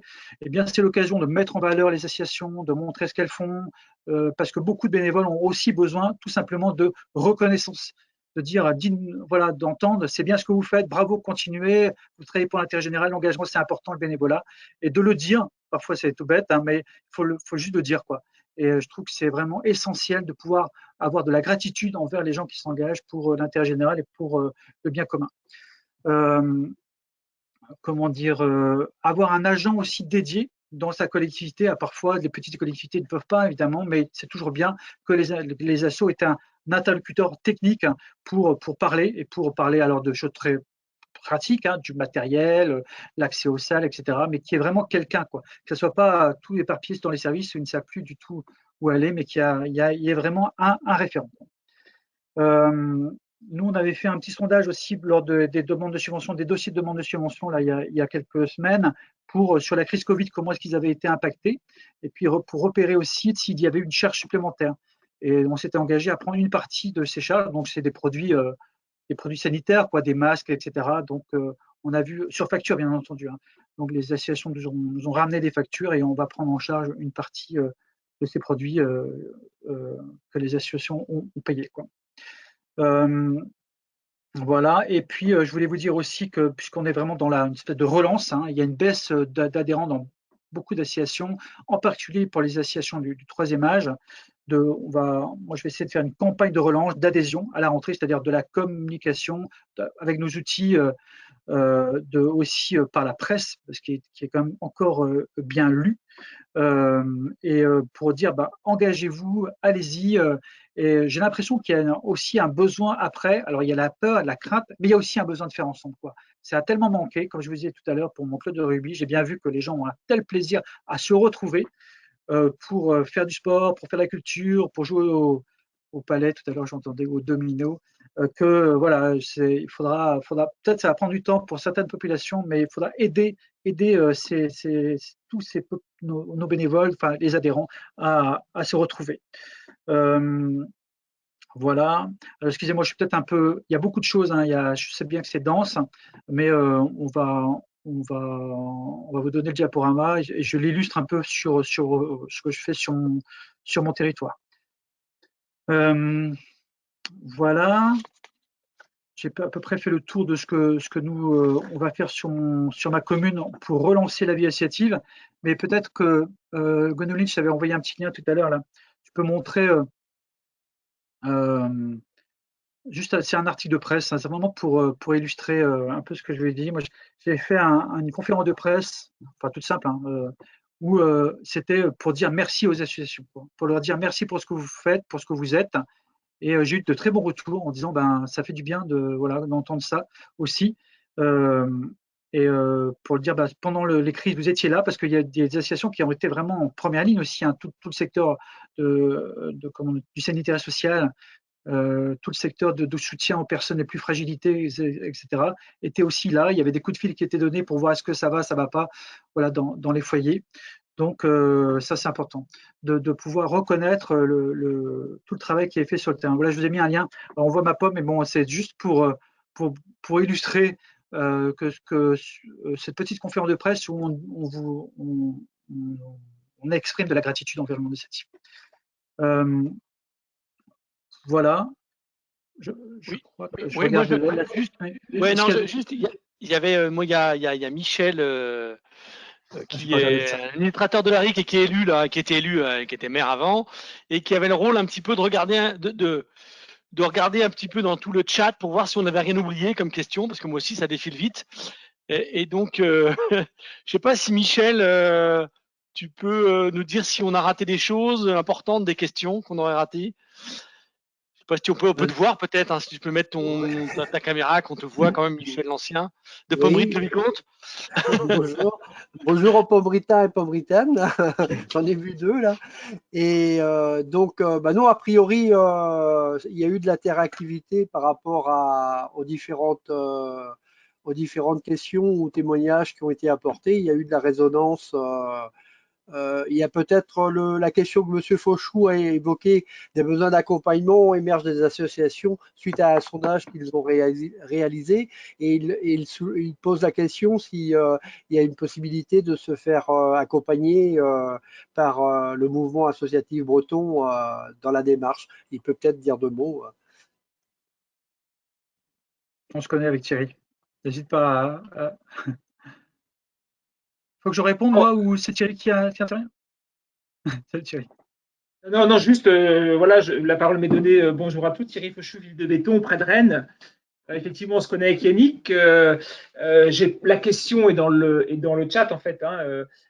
c'est pas simple effectivement et c'est bien de se faire accompagner. L'idée c'est d'organiser des visios autour des thématiques qui sont posées, notamment suite à une enquête qu'on a réalisée récemment. Et j'aurais aimé, mais on l'avait déjà envisagé avant la Covid, Yannick, j'aurais aimé qu'effectivement savoir dans quelle mesure vous pourriez effectivement intervenir pour apporter des informations et des liens en direct aux associations de la ville. Oui, nous, dans l'absolu, on peut le faire. Là, c'est vrai qu'on n'est pas nombreux. On est que, voilà, vous avez toute l'équipe du mouvement associatif là devant vous. On est 2, voilà, au niveau régional. Donc, on ne cherche pas trop, voilà, c'est à être partout. On ne peut pas répondre à toute la demande, mais c'est avec plaisir. Enfin, en tout cas, qu'on pourra répondre à ta demande, Thierry, pour intervenir d'une manière ou d'une autre. Je ne sais pas de quelle manière, mais on pourrait y réfléchir ensemble, en tout cas, avec plaisir. Alors, j'ai pas lu tout ce qui se passait dans le chat, je suis désolé, hein, mais j'ai vu qu'il y avait des choses très intéressantes. Une maison des assos, c'est une excellente idée, effectivement, de rassembler des associations dans une maison avec des services mutualisés, des choses comme ça, c'est vraiment chouette. Je ne sais pas si Michel, c'était la seule chose qu'on avait ratée, parce que du coup, on a redonné la parole, mais on t'a pas redit. A priori, oui, moi, c'est celle qui ressortait. Après, les autres, vous avez eu l'occasion de soit de les reprendre, soit de complémenter dans vos interventions. Mais si une personne est insatisfaite, n'a pas eu de réponse, surtout qu'elle remette sa question. Je crois qu'il y a des questions sur les jeunes qui apparaissent. Il y a eu aussi, de la part de nombreuses collectivités, pas mal de communication en ce moment sur soutenir, consommer local, ce genre de choses.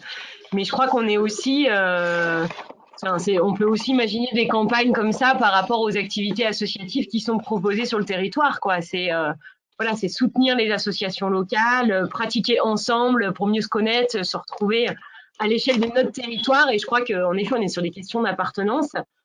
Sur la question des jeunes, là, aujourd'hui, je crois que le lien avec les écoles va commencer à être important parce que les jeunes, là, se retrouvent quand même entre eux. Hein. C'est compliqué, là, pour les lycéens de ne pas se voir, d'être à la maison là, pendant un mois.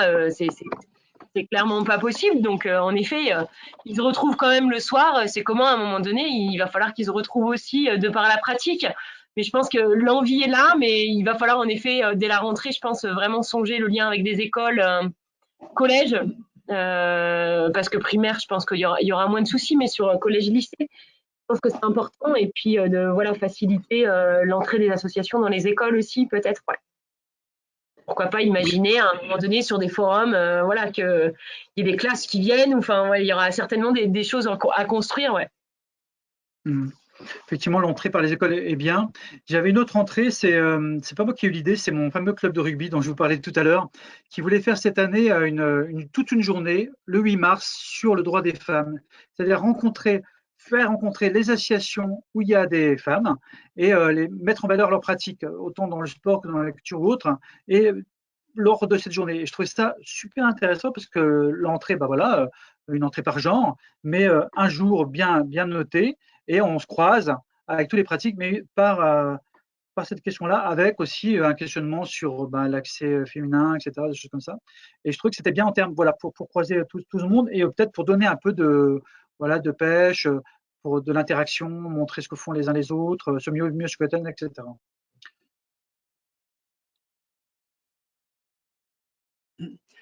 Juste un petit témoignage, si je peux me permettre, qui n'est pas forcément lié au Covid, mais qui est faciliter une prise de conscience à l'ensemble de la population de l'importance de la vie associative sur une collectivité. J'avais été amené à faire une intervention à une assemblée générale du Crédit Agricole qui souhaitait demander quelle était la relation collectivité et association. J'avais fait une petite étude sur notre commune, donc 1800 habitants, 32 associations. Elles ne sont pas toutes subventionnées, puisqu'il y en a qui de fait ne sont pas en besoin de subventions, mais de faire un peu le poids économique que ça représentait. Déjà, au niveau adhérent, sur les 32 associations pour une commune de 1700-1800 habitants, bien sûr, les adhérents n'étant pas toujours de la commune, on était à proche de 1400 adhérents. Au niveau chiffre d'affaires de l'ensemble des associations, on était à pratiquement 350 000 € par an. Et la commune, elle accordait à peu près à ces années-là autour de 15 000 à 18 000 € de subventions. Ça faisait aussi prendre conscience à tout le monde que les associations, elles se développent parce qu'elles font aussi des initiatives. Elles sont pas sous perfusion des fonds publics. Les fonds publics viennent être un peu un starter, mais entre leur adhésion et les activités qu'elles mènent, ça crée beaucoup de choses, quoi, y compris du chiffre d'affaires. Et je crois que quand j'étais intervenu à cette assemblée générale, il y avait des élus de communes de 350-400 habitants qui se sont dit, mais tu as dû te tromper. 350 000, 400 000 €, c'est notre budget de fonctionnement dans notre commune. Eh ben oui, je dis, ben oui, c'est le budget de fonctionnement de nos associations. Et cette prise de conscience collective me semble importante au-delà du Covid, mais aussi pour l'après-Covid, d'essayer de redynamiser tout ça et de créer du lien encore plus fort que jamais. Inversement, par exemple, on avait fait un travail, nous, analytique au niveau de la collectivité, de voir aussi, au-delà de la subvention qu'on apportait, le coût analytique du coût des équipements qu'on mettait à disposition des associations. Et là, c'était au niveau des adhérents, c'est important que les adhérents prennent aussi conscience de l'effort public que peut faire la collectivité dans le soutien, parce que l'adhérent lambda, parfois, il ne mesure pas non plus le coût que ça représente, une salle, un terrain de foot, etc. Et tout ça, c'est pas du tout pour c'est pour montrer l'importance de cette vie associative et cette relation collectivité et association. Oui, c'est tout à fait ça. Effectivement, c'est l'idée de tirer ensemble, voilà, pour l'intérêt général. Et puis moi, j'essaie toujours effectivement, d'être un peu optimiste parce que la période qu'on a passée, c'était quand même un peu dur, enfin même beaucoup dur pour certains. Donc maintenant, on va se redonner du goût. C'est le printemps, on va repartir, on va aller de l'avant et on va tous ensemble encore plus se tirer vers le haut et faire des belles choses avec toutes les générations, des beaux projets collectifs. Aussi vous dire, pour le message que je porte auprès du monde associatif, là vraiment c'est en tant qu'élu, c'est rassemblez-vous, rassemblez-vous, fédérez-vous, allez dans une maison d'association proche de vous, proche de chez vous, dans une fédération, mais ne restez pas isolés. Tout à l'heure, j'ai vu dans le chat qu'effectivement, il y avait des fédérations qui descendaient des protocoles, donc elles sont accompagnées. Moi, je vois ici certaines assos, je n'ai pas du tout allé les voir. Leur fédération sportive est excellente, ça va super bien. Donc, heureusement qu'elles sont là aussi. Heureusement que les fédérations sont là pour aider les associations de terrain, voilà, même toutes petites. Ouais, c'était terminé, Yannick. Moi, j'avais donc par rapport à une question qui est posée au niveau de l'intercommunalité. Il y a Bernard Piévache qui est notre grand témoin, même s'il ne peut pas être nommé grand témoin, mais on l'a appelé comme ça, qui est maire de Beaugervilly et ancien président de la Comcom de Saint-Main-Montauban, qui voulait justement rebondir dans une intervention un peu comment ça se passe dans sa commune sur la question de l'interco, justement. Donc, c'est peut-être le moment de te faire intervenir, Bernard, parce que je crois que tu avais… tu voulais appuyer là-dessus, sur cette question d'interco et asso. Oui.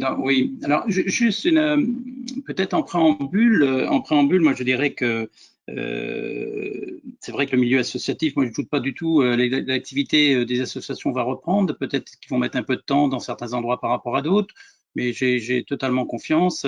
Le seul questionnement que j'ai, la seule interrogation que je prends peut-être aussi de façon très positive, c'est que les gens, même qu'il y avait nos citoyens, même qu'il n'y avait pas d'activité associative, n'étaient pas sans rien faire. Alors peut-être qu'ils se sont découverts des centres d'intérêt nouveaux. Qu'est-ce que ça va donner? Et c'est peut-être une chance aussi pour nos territoires de créer peut-être de nouvelles activités, parce que voilà, moi c'est le questionnement que je me pose. Certainement, certains ont découvert certainement des centres d'intérêt. Voilà. Ça, c'est la première observation. Alors, sur le plan intercommunal, c'est vrai que cette crise est vraiment tombée, mais elle tombe toujours au mauvais moment, mais c'est vrai dans des moments aussi de changement de gouvernance dans pas mal de collectivités, même si chez nous c'était prévu, puisque moi j'étais 12 ans président de Comcom, mais c'était prévu, c'est vrai que ça n'a pas forcément aidé. Au niveau de notre intercommunalité, alors pour la situer, on est à 30 km de Rennes, hein, 17 communes, 27 000 habitants avec 2 pôles de centralité. Un milieu associatif très riche, mais un milieu associatif pour ainsi dire que de bénévolat, puisqu'il y a 2 associations simplement qui ont un seul salarié, qui n'a pas été sans poser problème quand même, puisqu'il a fallu assumer du chômage partiel, mais également une autre association qui est l'Office cantonal des sports, hein, qui est, je dirais, en grande partie financée par la communauté de communes, puisque la communauté de communes a en plus la compétence animation sportive. Et là on a décidé, même que je suis président, donc je fais toujours partie du conseil communautaire, de subvenir totalement financièrement à cette année, parce que il faut absolument que cet office continue à se pérenniser, parce que c'est vraiment une association coordinatrice de pas mal de choses, surtout au niveau des petites communes.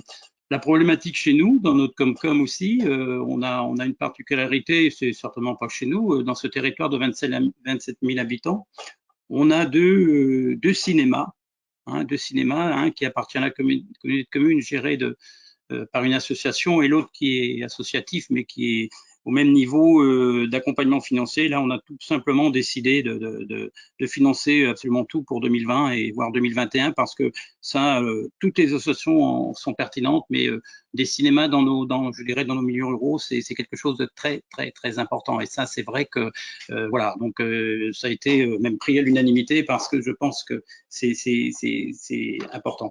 Alors, c'est vrai que cette problématique, ça va peut-être nous permettre de réfléchir différemment, hein, et d'ailleurs, ma commune de 1700 habitants, qui est à 3 km du pôle de centralité, nous incite déjà également à réfléchir un petit peu différemment dans les activités et le milieu associatif, parce que chez moi, à 3 km, donc on a déjà beaucoup d'associations qui sont avec le pôle de centralité, qui n'est pas sans poser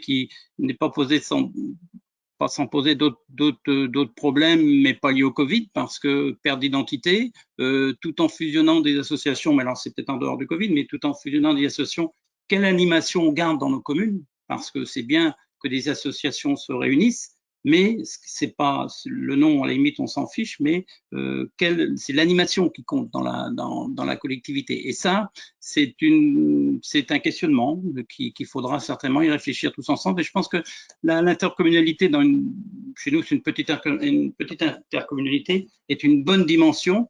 Et je pense que cette crise va certainement permettre, justement, parce que d'apporter un nouveau regard, je pense, sur le monde associatif, parce que ça faisait, alors c'est peut-être pas tout à fait ça, mais certainement ça faisait partie du paysage, si je puis m'exprimer ainsi, hein. Ça va peut-être nous faire prendre conscience de tout le poids économique, de tout le vecteur de lien social, du vivre ensemble, qui d'un seul coup s'est trouvé anéanti, hein, et ça va certainement nous permettre de se questionner autrement, hein. Voilà, c'est ce que je pouvais vous dire sur l'intercommunalité. L'intercommunalité, alors on voit bien que il n'est pas question d'en prendre une compétence, mais sans être compétent, je pense qu'on peut mettre en place certaines coordinations et certaines réflexions, hein, parce qu'on peut très bien travailler ensemble tout en étant les uns à côté des autres, mais pas forcément en étant les uns avec les autres, hein. Et ça, c'est peut-être une différence. Et je comprends bien que le milieu associatif, les collectivités veulent leur garder une vue commune, pour moi c'est indispensable, mais je pense qu'on peut travailler différemment et de façon plus coordonnée entre les communes pour justement faire encore mieux vivre notre milieu associatif, parce qu'on sait très bien que sans le milieu associatif, je pense que les associations sont plus reconnues dans une commune que les élus, et je trouve que c'est bien, parce que c'est elles en fin de compte qui animent notre vie au quotidien. J'ajouterais peut-être pour notre commune de 1700 habitants, je dirais que moi je trouve que la première chose que je dirais, c'est que c'est les formidables initiatives citoyennes qui a été un petit peu le prolongement de la culture associative, parce que quand au mois de mars 2020 tout s'est fermé, on a eu quand même si j'ai une population assez jeune, puisque sur 1700 habitants, je crois que c'est 150 personnes au-dessus de 70 ans, donc comme tout le monde, on a mis des réseaux en place pour aller voir les personnes isolées, pour téléphoner, et tout de suite, on nous a dit non, on a tout ce qu'il faut, il y a des personnes à côté de nous qui viennent nous aider, qui viennent nous faire nos courses, qui nous téléphonent, et je pense que ça, c'est un petit peu le prolongement de cette culture associative où, voilà, c'est peut-être pas fait sous forme d'association, mais les gens sont tellement habitués d'être dans le bénévolat, ils ont continué pour venir en aide aux plus isolés. Et c'est vrai que je me rappellerai toujours l'éditorial que j'ai fait après la réélection. C'est la première chose que j'ai parlé, parce que ça m'a pas surpris, mais un petit peu quand même. C'est vrai que la municipalité, on a juste eu à accompagner justement tous ces bénévoles, et puis ça s'est fait naturellement. Et je pense que c'est quand même certainement un prolongement de cette mentalité, de cette culture associative. Alors nous, au niveau d'une commune comme la nôtre, je pense que tous les témoignages qu'on a eus, voilà, vous n'allez rien trouver de nouveau. Comme tous les ans, alors nous, l'an dernier, on a donné absolument toutes les subventions. Cette année, au moment des budgets, on a renouvelé absolument toutes les subventions au même niveau. Alors, on a eu toujours une politique, bon, je suis maire depuis 2001, on donne pas des subventions pour en donner, on préfère être là quand il y a des vrais besoins. Je prendrai un exemple. L'amicale des parents d'élèves, une année, elle a fait une kermesse, il a plu toute la journée. C'est eux qui finançaient les transports piscines, 4 000 € par an. On a décidé pendant 2 ans de le faire. Voilà. On n'a plus cette politique-là de venir en aide, et c'est ce qu'on leur a dit au niveau du milieu associatif. On renouvelle bien sûr, on renouvelle l'accompagnement financier. L'argent fait pas tout, mais c'est quand même pour avoir regardé un petit peu comme tous les ans, on n'a pas de, je dirais, d'association en difficulté. Malgré tout, on ressent en septembre 2020 une baisse quand même importante des adhésions. Voilà, donc ça, c'est quand même à prendre en compte. Alors, on a beaucoup communiqué, on a beaucoup de relations avec les présidents par mail, bien sûr, parce qu'on voit très peu. On a beaucoup communiqué, on a comme beaucoup de communes, il y a bien sûr le site, mais aussi on a ce qu'on appelle notre feuille de chou mensuelle, où ça permet de mettre des informations pour communiquer et d'informer. Ça, je pense que c'est très important dans le moment où on vit. Alors, ce qu'il va pas falloir rater, bien sûr, c'est les forums, forums d'associations. Nous, on avait une particularité, comme d'autres dans notre commune, mais on avait ce qu'on appelait les 3 jours de la Pentecôte, où on rassemblait près de 200 bénévoles. Ça fait 2 ans que ça n'existe plus. Et donc, on a la chance cette année d'accueillir une très grande manifestation qui devait avoir lieu en avril 2021, puis en avril 2020, puis en avril 2021, qui est reportée au septembre 2021. Et profiter de cette grande manifestation où il va falloir beaucoup de bénévoles, et peut-être là, pourquoi pas, et organiser un moment de convivialité derrière ça pour relancer pour redynamiser s'il y a besoin de l'aide, et pour retrouver ces moments de convivialité, parce que je pense que c'est important. Alors, à côté de ça, il y a des associations qu'on fait, je pense, aux parents d'élèves. Alors, il y a quand même, on sent bien que les gens ont envie de se retrouver et qu'ils font une opération gâteau comme tout le monde le fait. Bizarrement, cette année, le chiffre d'affaires, c'était 3 fois plus que d'habitude. Donc, on voit bien que les citoyens est prêt quand même et de retour est prêt à se mobiliser pour faire vivre ces associations. Donc voilà ce que je voulais vous dire. Mais alors bien sûr d'autres sujets aussi qui sont, étant donné que le Covid, le bénévolat, est-ce qu'on va tous le retrouver? Une autre question aussi qui va peut-être venir plus vite. Quelle complémentarité bénévolat professionnalisation, quelle est la place de chacun, ça c'est des sujets aussi qu'il faudra pas oublier, et quel surtout le rôle de la collectivité, le rôle de la collectivité dans tout cela, de trouver un juste milieu, mais voilà, donc voilà ce que je pouvais dire en quelques mots, parce que tout a déjà été dit et bien dit. Je pense qu'il y a eu plein de choses qui ont été faites. Nous, on a à peu près une quinzaine d'associations, hein, et ceux qui ont le plus souffert aussi, c'est bien sûr le club des aînés, hein, qui a, je pense que c'est peut-être pour les avoir tous rencontrés, c'est celui qui a envie vraiment que ça redémarre au plus vite, hein, voilà ce que je pouvais vous dire dans un premier temps. Merci. Merci Bernard pour cet éclairage, cette expérience sur une petite commune. On disait, je ne sais pas si vous avez autre chose à rajouter, Yannick et Gwendoline, par rapport à ça, ce qu'a dit Bernard, et puis. Non, mais le témoignage était vraiment très intéressant, je trouve, sur ce regard aussi intercommunal, puisque aujourd'hui, de plus en plus, peut-être, ça va devenir un interlocuteur des associations au niveau local. Elles ne sont pas nécessairement habituées à travailler de manière interco, avec ce regard interco. Le premier niveau, c'est quand même la commune, donc ça va sans doute évoluer, mais les associations vont s'adapter. Et puis Bernard l'a bien précisé, le monde associatif, c'est aussi une école de la citoyenneté et un nombre d'élus qui viennent du monde associatif et qui sont formés à travers tous ces engagements de certains depuis très très longtemps.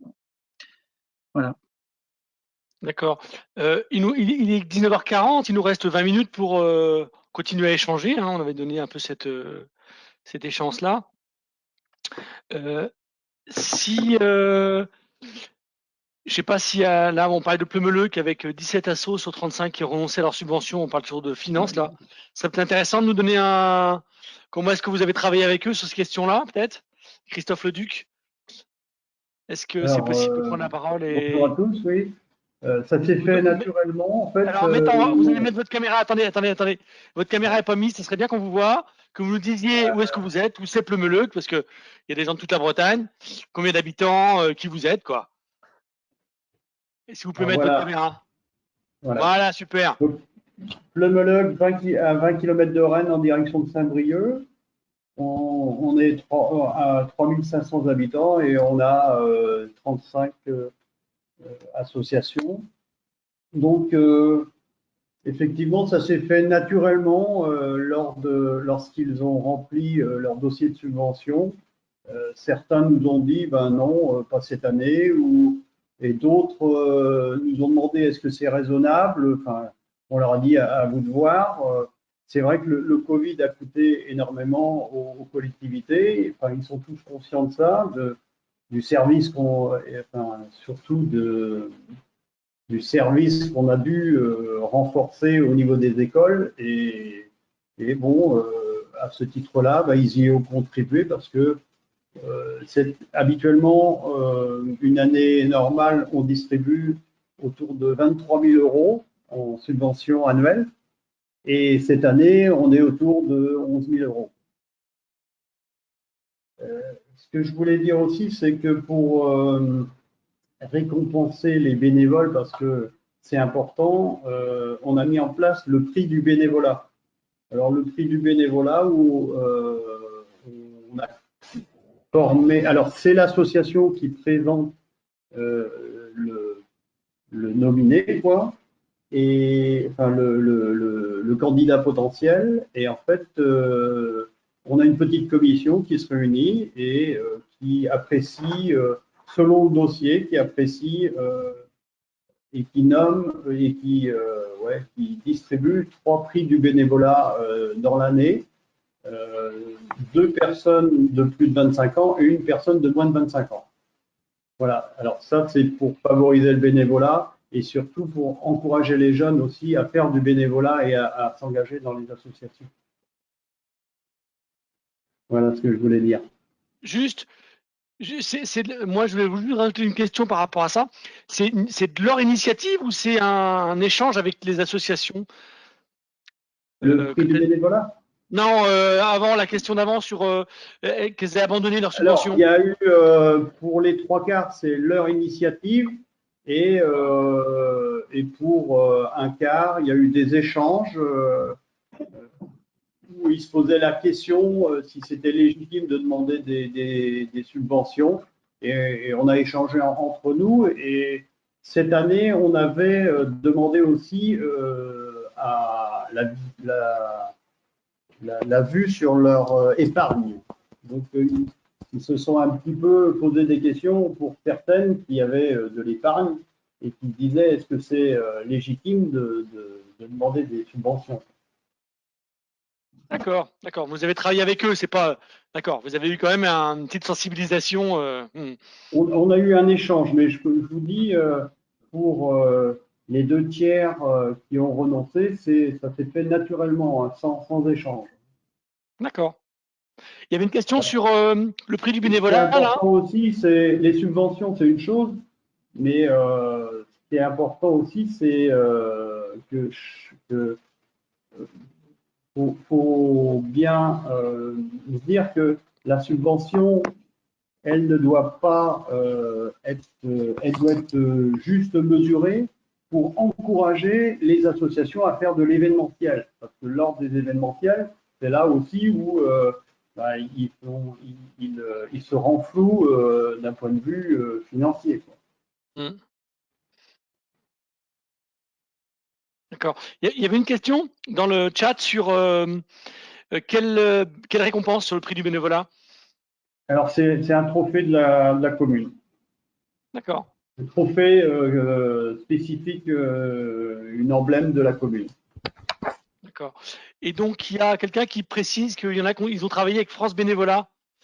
Voilà. Donc, c'est Monsieur Lenéon ou Madame Lenéon, je ne sais pas. Alors, je ne sais pas si c'est sur Pleumeleuc ou si c'est une autre commune. Bonsoir, c'est Serge Lenéon sur la commune de Plescop. D'accord. Et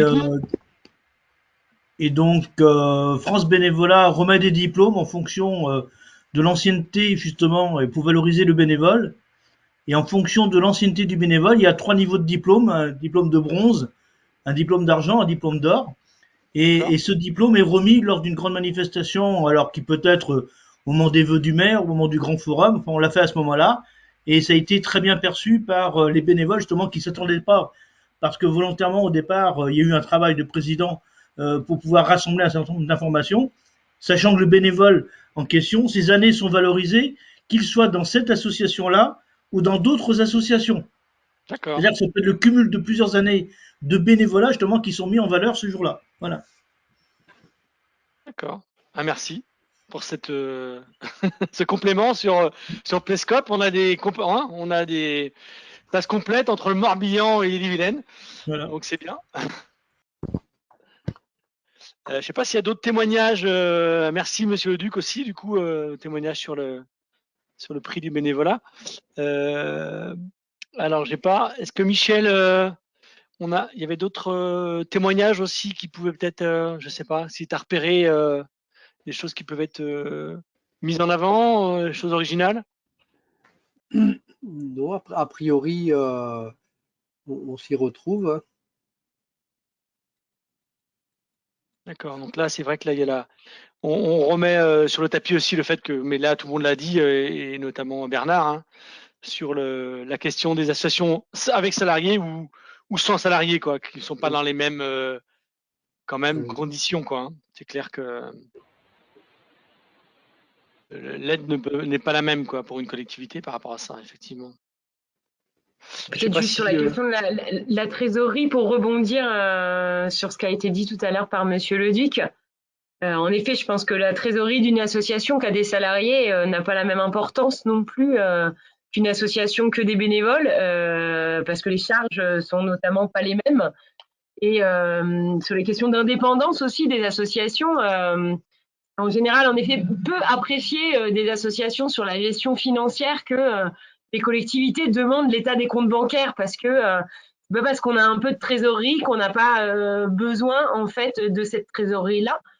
Et en fait, ce qui est important, souvent ce qui est demandé dans un dossier de subvention, c'est d'avoir le compte de résultat de l'année. Et on demande rarement les bilans, en fait. Hein, c'est vraiment le compte de résultat et qui donne à voir. Et les comptes de résultats de l'année 2020, alors, sont pas tous au beau fixe hein, au niveau des associations. Alors, parfois, c'est des petits déficits. On se dit, ah bah, c'est pas si catastrophique. Mais c'est quand même un déficit qu'il va falloir. Ça veut dire que déficit, on prend déjà sur la trésorerie. Donc, même s'il y a un peu d'épargne dans les associations pour couvrir quelques charges, Si on a un déficit en 2020, on va déjà prendre dans cette trésorerie-là. Et en 2021, il y a des chances que le compte des résultats soit encore cette année négatif.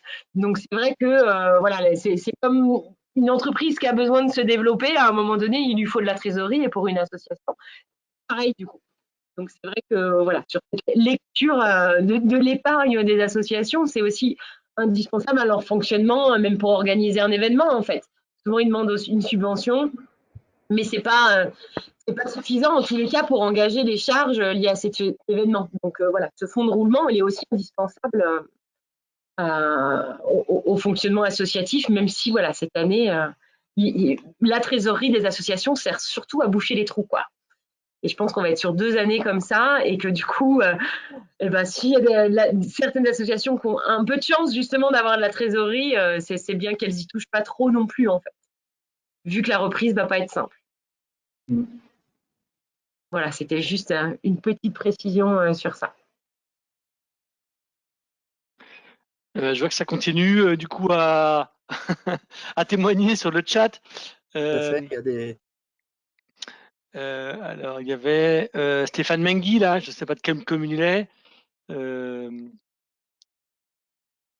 sur la question des subventions encore aux assos. Ou, Qui serait de pas Boris Jovic-Monde, je ne serais pas étonné. C'est juste.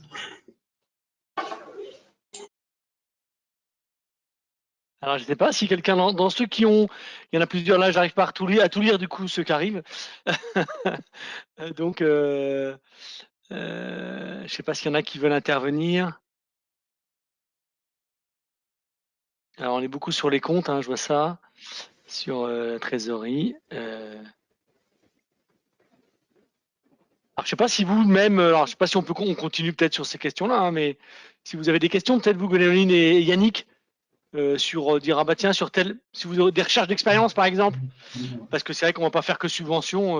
Bon, c'est des questions d'argent, c'est important, mais est-ce que Alors, je regardais les commentaires, c'est vraiment des choses très intéressantes, et puis ça ouvre plein de débats. Laurent Tronel, par exemple, là, qui intervient sur les collectifs citoyens ou les.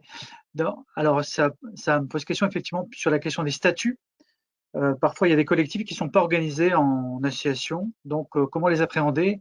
C'est pas toujours facile, et puis ça se développe beaucoup, en particulier dans le monde de la jeunesse et de la culture. Ce sont des associations de fait, mais après, ça pose la question de la responsabilité, voilà. Mais il y a un vrai sujet autour de ça, hein, vous avez tout à fait raison. Mais ça n'empêche qu'il faut évidemment intégrer tout le monde, peu importe les statuts, dans une réflexion collective autour de projets, etc. ils sont moins faciles à repérer, quoi.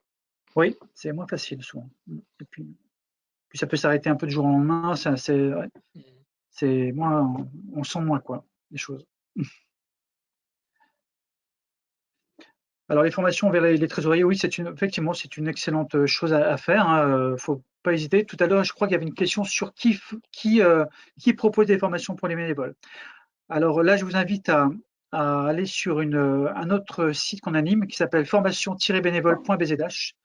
On essaye de recenser toutes les formations de bénévoles pour les bénévoles en Bretagne. Des formations de chez vous des bénévoles de chez vous peuvent se déplacer ailleurs en Bretagne et se former. Voilà, c'est tout à fait possible. Donc c'est formation-bénévole.bzh. Je le mettrai dans le mail. Je le mettrai aussi oui. dans le mail. Hein. Il arrive dans le chat. Je mettrai dans le mail tous les liens qu'on a mis et plus votre diaporama.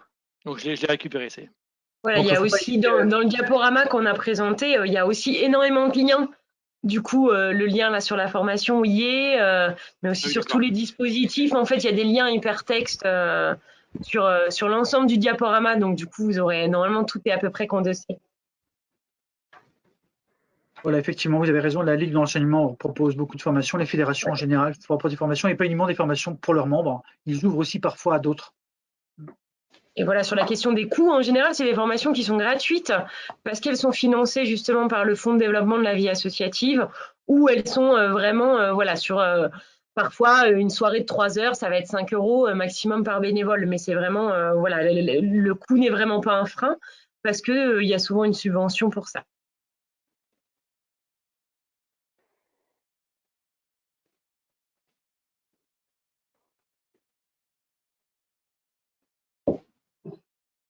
D'accord. Donc,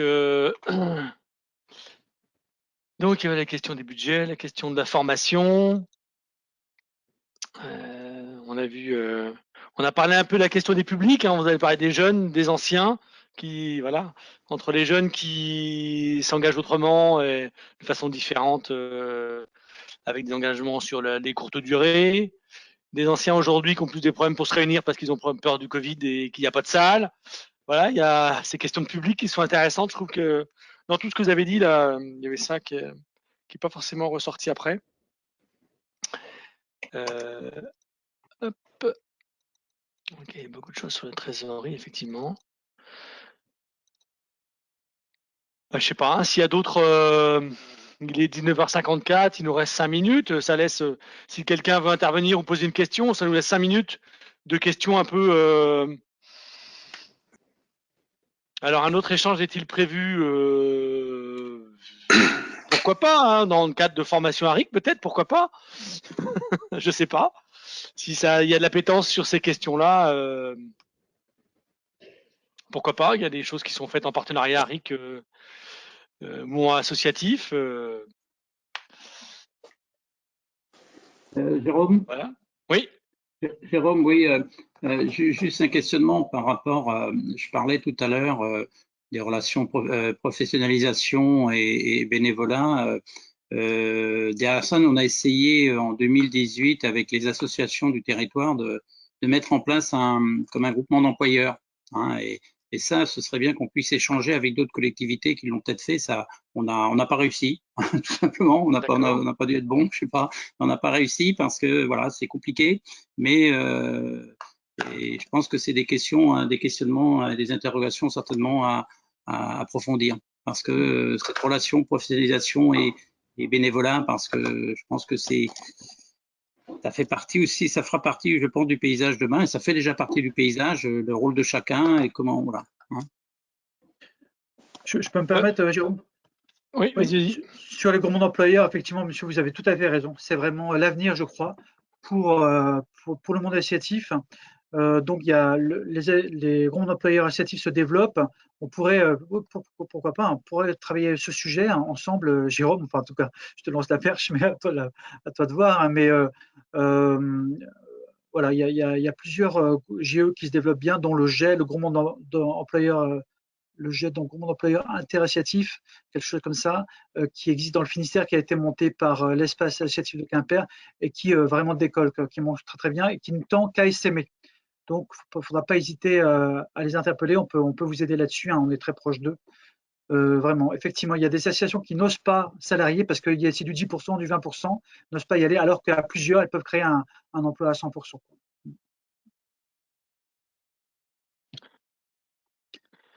Oui, alors je suis un peu, du coup, je mets dans le, j'en rajoute et j'en fais un peu beaucoup sur le questionnaire d'évaluation, mais c'est vraiment important pour nous.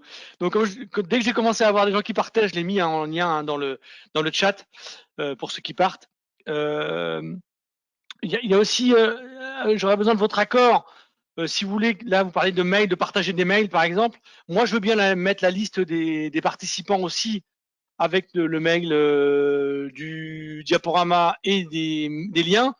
Moi, je veux bien, si tout le monde est d'accord, pour qu'on mette le mail, le nom des personnes, la fonction et le mail. Alors, c'est vrai que des fois, c'est des mails perso. Alors, bon, il faut que tout le monde soit d'accord de diffuser son, son mail. Là. Parce qu'on parlait d'échanges, là, de réseau d'échanges, continuer à discuter, d'échanger là-dessus. Pourquoi pas? C'est vrai que là, on a affaire à des experts. Hein. Quand même, vous êtes quand même des experts de cette chose-là. Mais c'est vrai qu'on peut, on va le mettre, effectivement, si tout le monde est d'accord, on mettra la liste des gens. Et pourquoi pas rebondir sur une question plus particulière? Pourquoi pas le groupement d'employeurs? Effectivement, c'est une bonne idée, peut-être, de creuser, de faire un truc plus spécifique sur une question précise qui serait le groupement d'employeurs. Pourquoi pas? Groupement d'employeurs. Une réunion un peu d'infos là-dessus, peut-être en distance, se voir en vrai peut-être, hein, cette fois-ci, ça serait pas mal. Même si ça, c'est des... Voilà, il y a déjà... On appelle associatif, hein, parce que des GE, il y en a plein effectivement, mais les associations ont vraiment leurs particularités Ah oui. liées aux conventions collectives, etc. Enfin, voilà. D'accord, donc de groupement d'employeurs associatifs. Bah, ça peut être, oui, effectivement, une suite de cette rencontre-là, pourquoi pas, hein. On pourra faire un petit sondage, peut-être, un petit sondage là-dessus, hein, pour voir comment les gens veulent continuer à travailler, parce que l'esprit de la promotion, alors tout le monde n'était pas dans le cadre du pacte d'intégration des élus, mais l'esprit de la promotion, c'est ça, on est vraiment dans cet esprit-là de poursuivre, de continuer à se voir dans un groupe qui se connaît un petit peu. Voilà.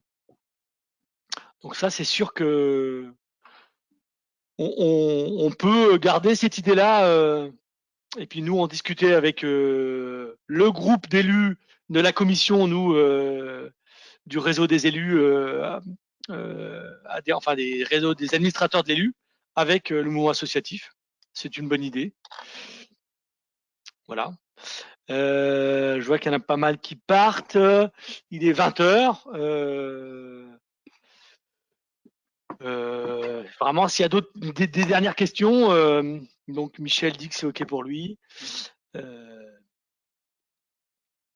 Moi, je voulais aussi remercier en fait tous les témoignages qu'il y a pu avoir et toutes les contributions parce que c'est vraiment très très riche et que en effet, on voit bien que l'échange permet aussi d'apprendre et de donner des idées et c'est important, même si c'est en visio, d'avoir ces espaces d'échange là. Et voilà, moi, je garde aussi quelques idées là à mettre en place et dans nos actions futures et à valoriser aussi en fait.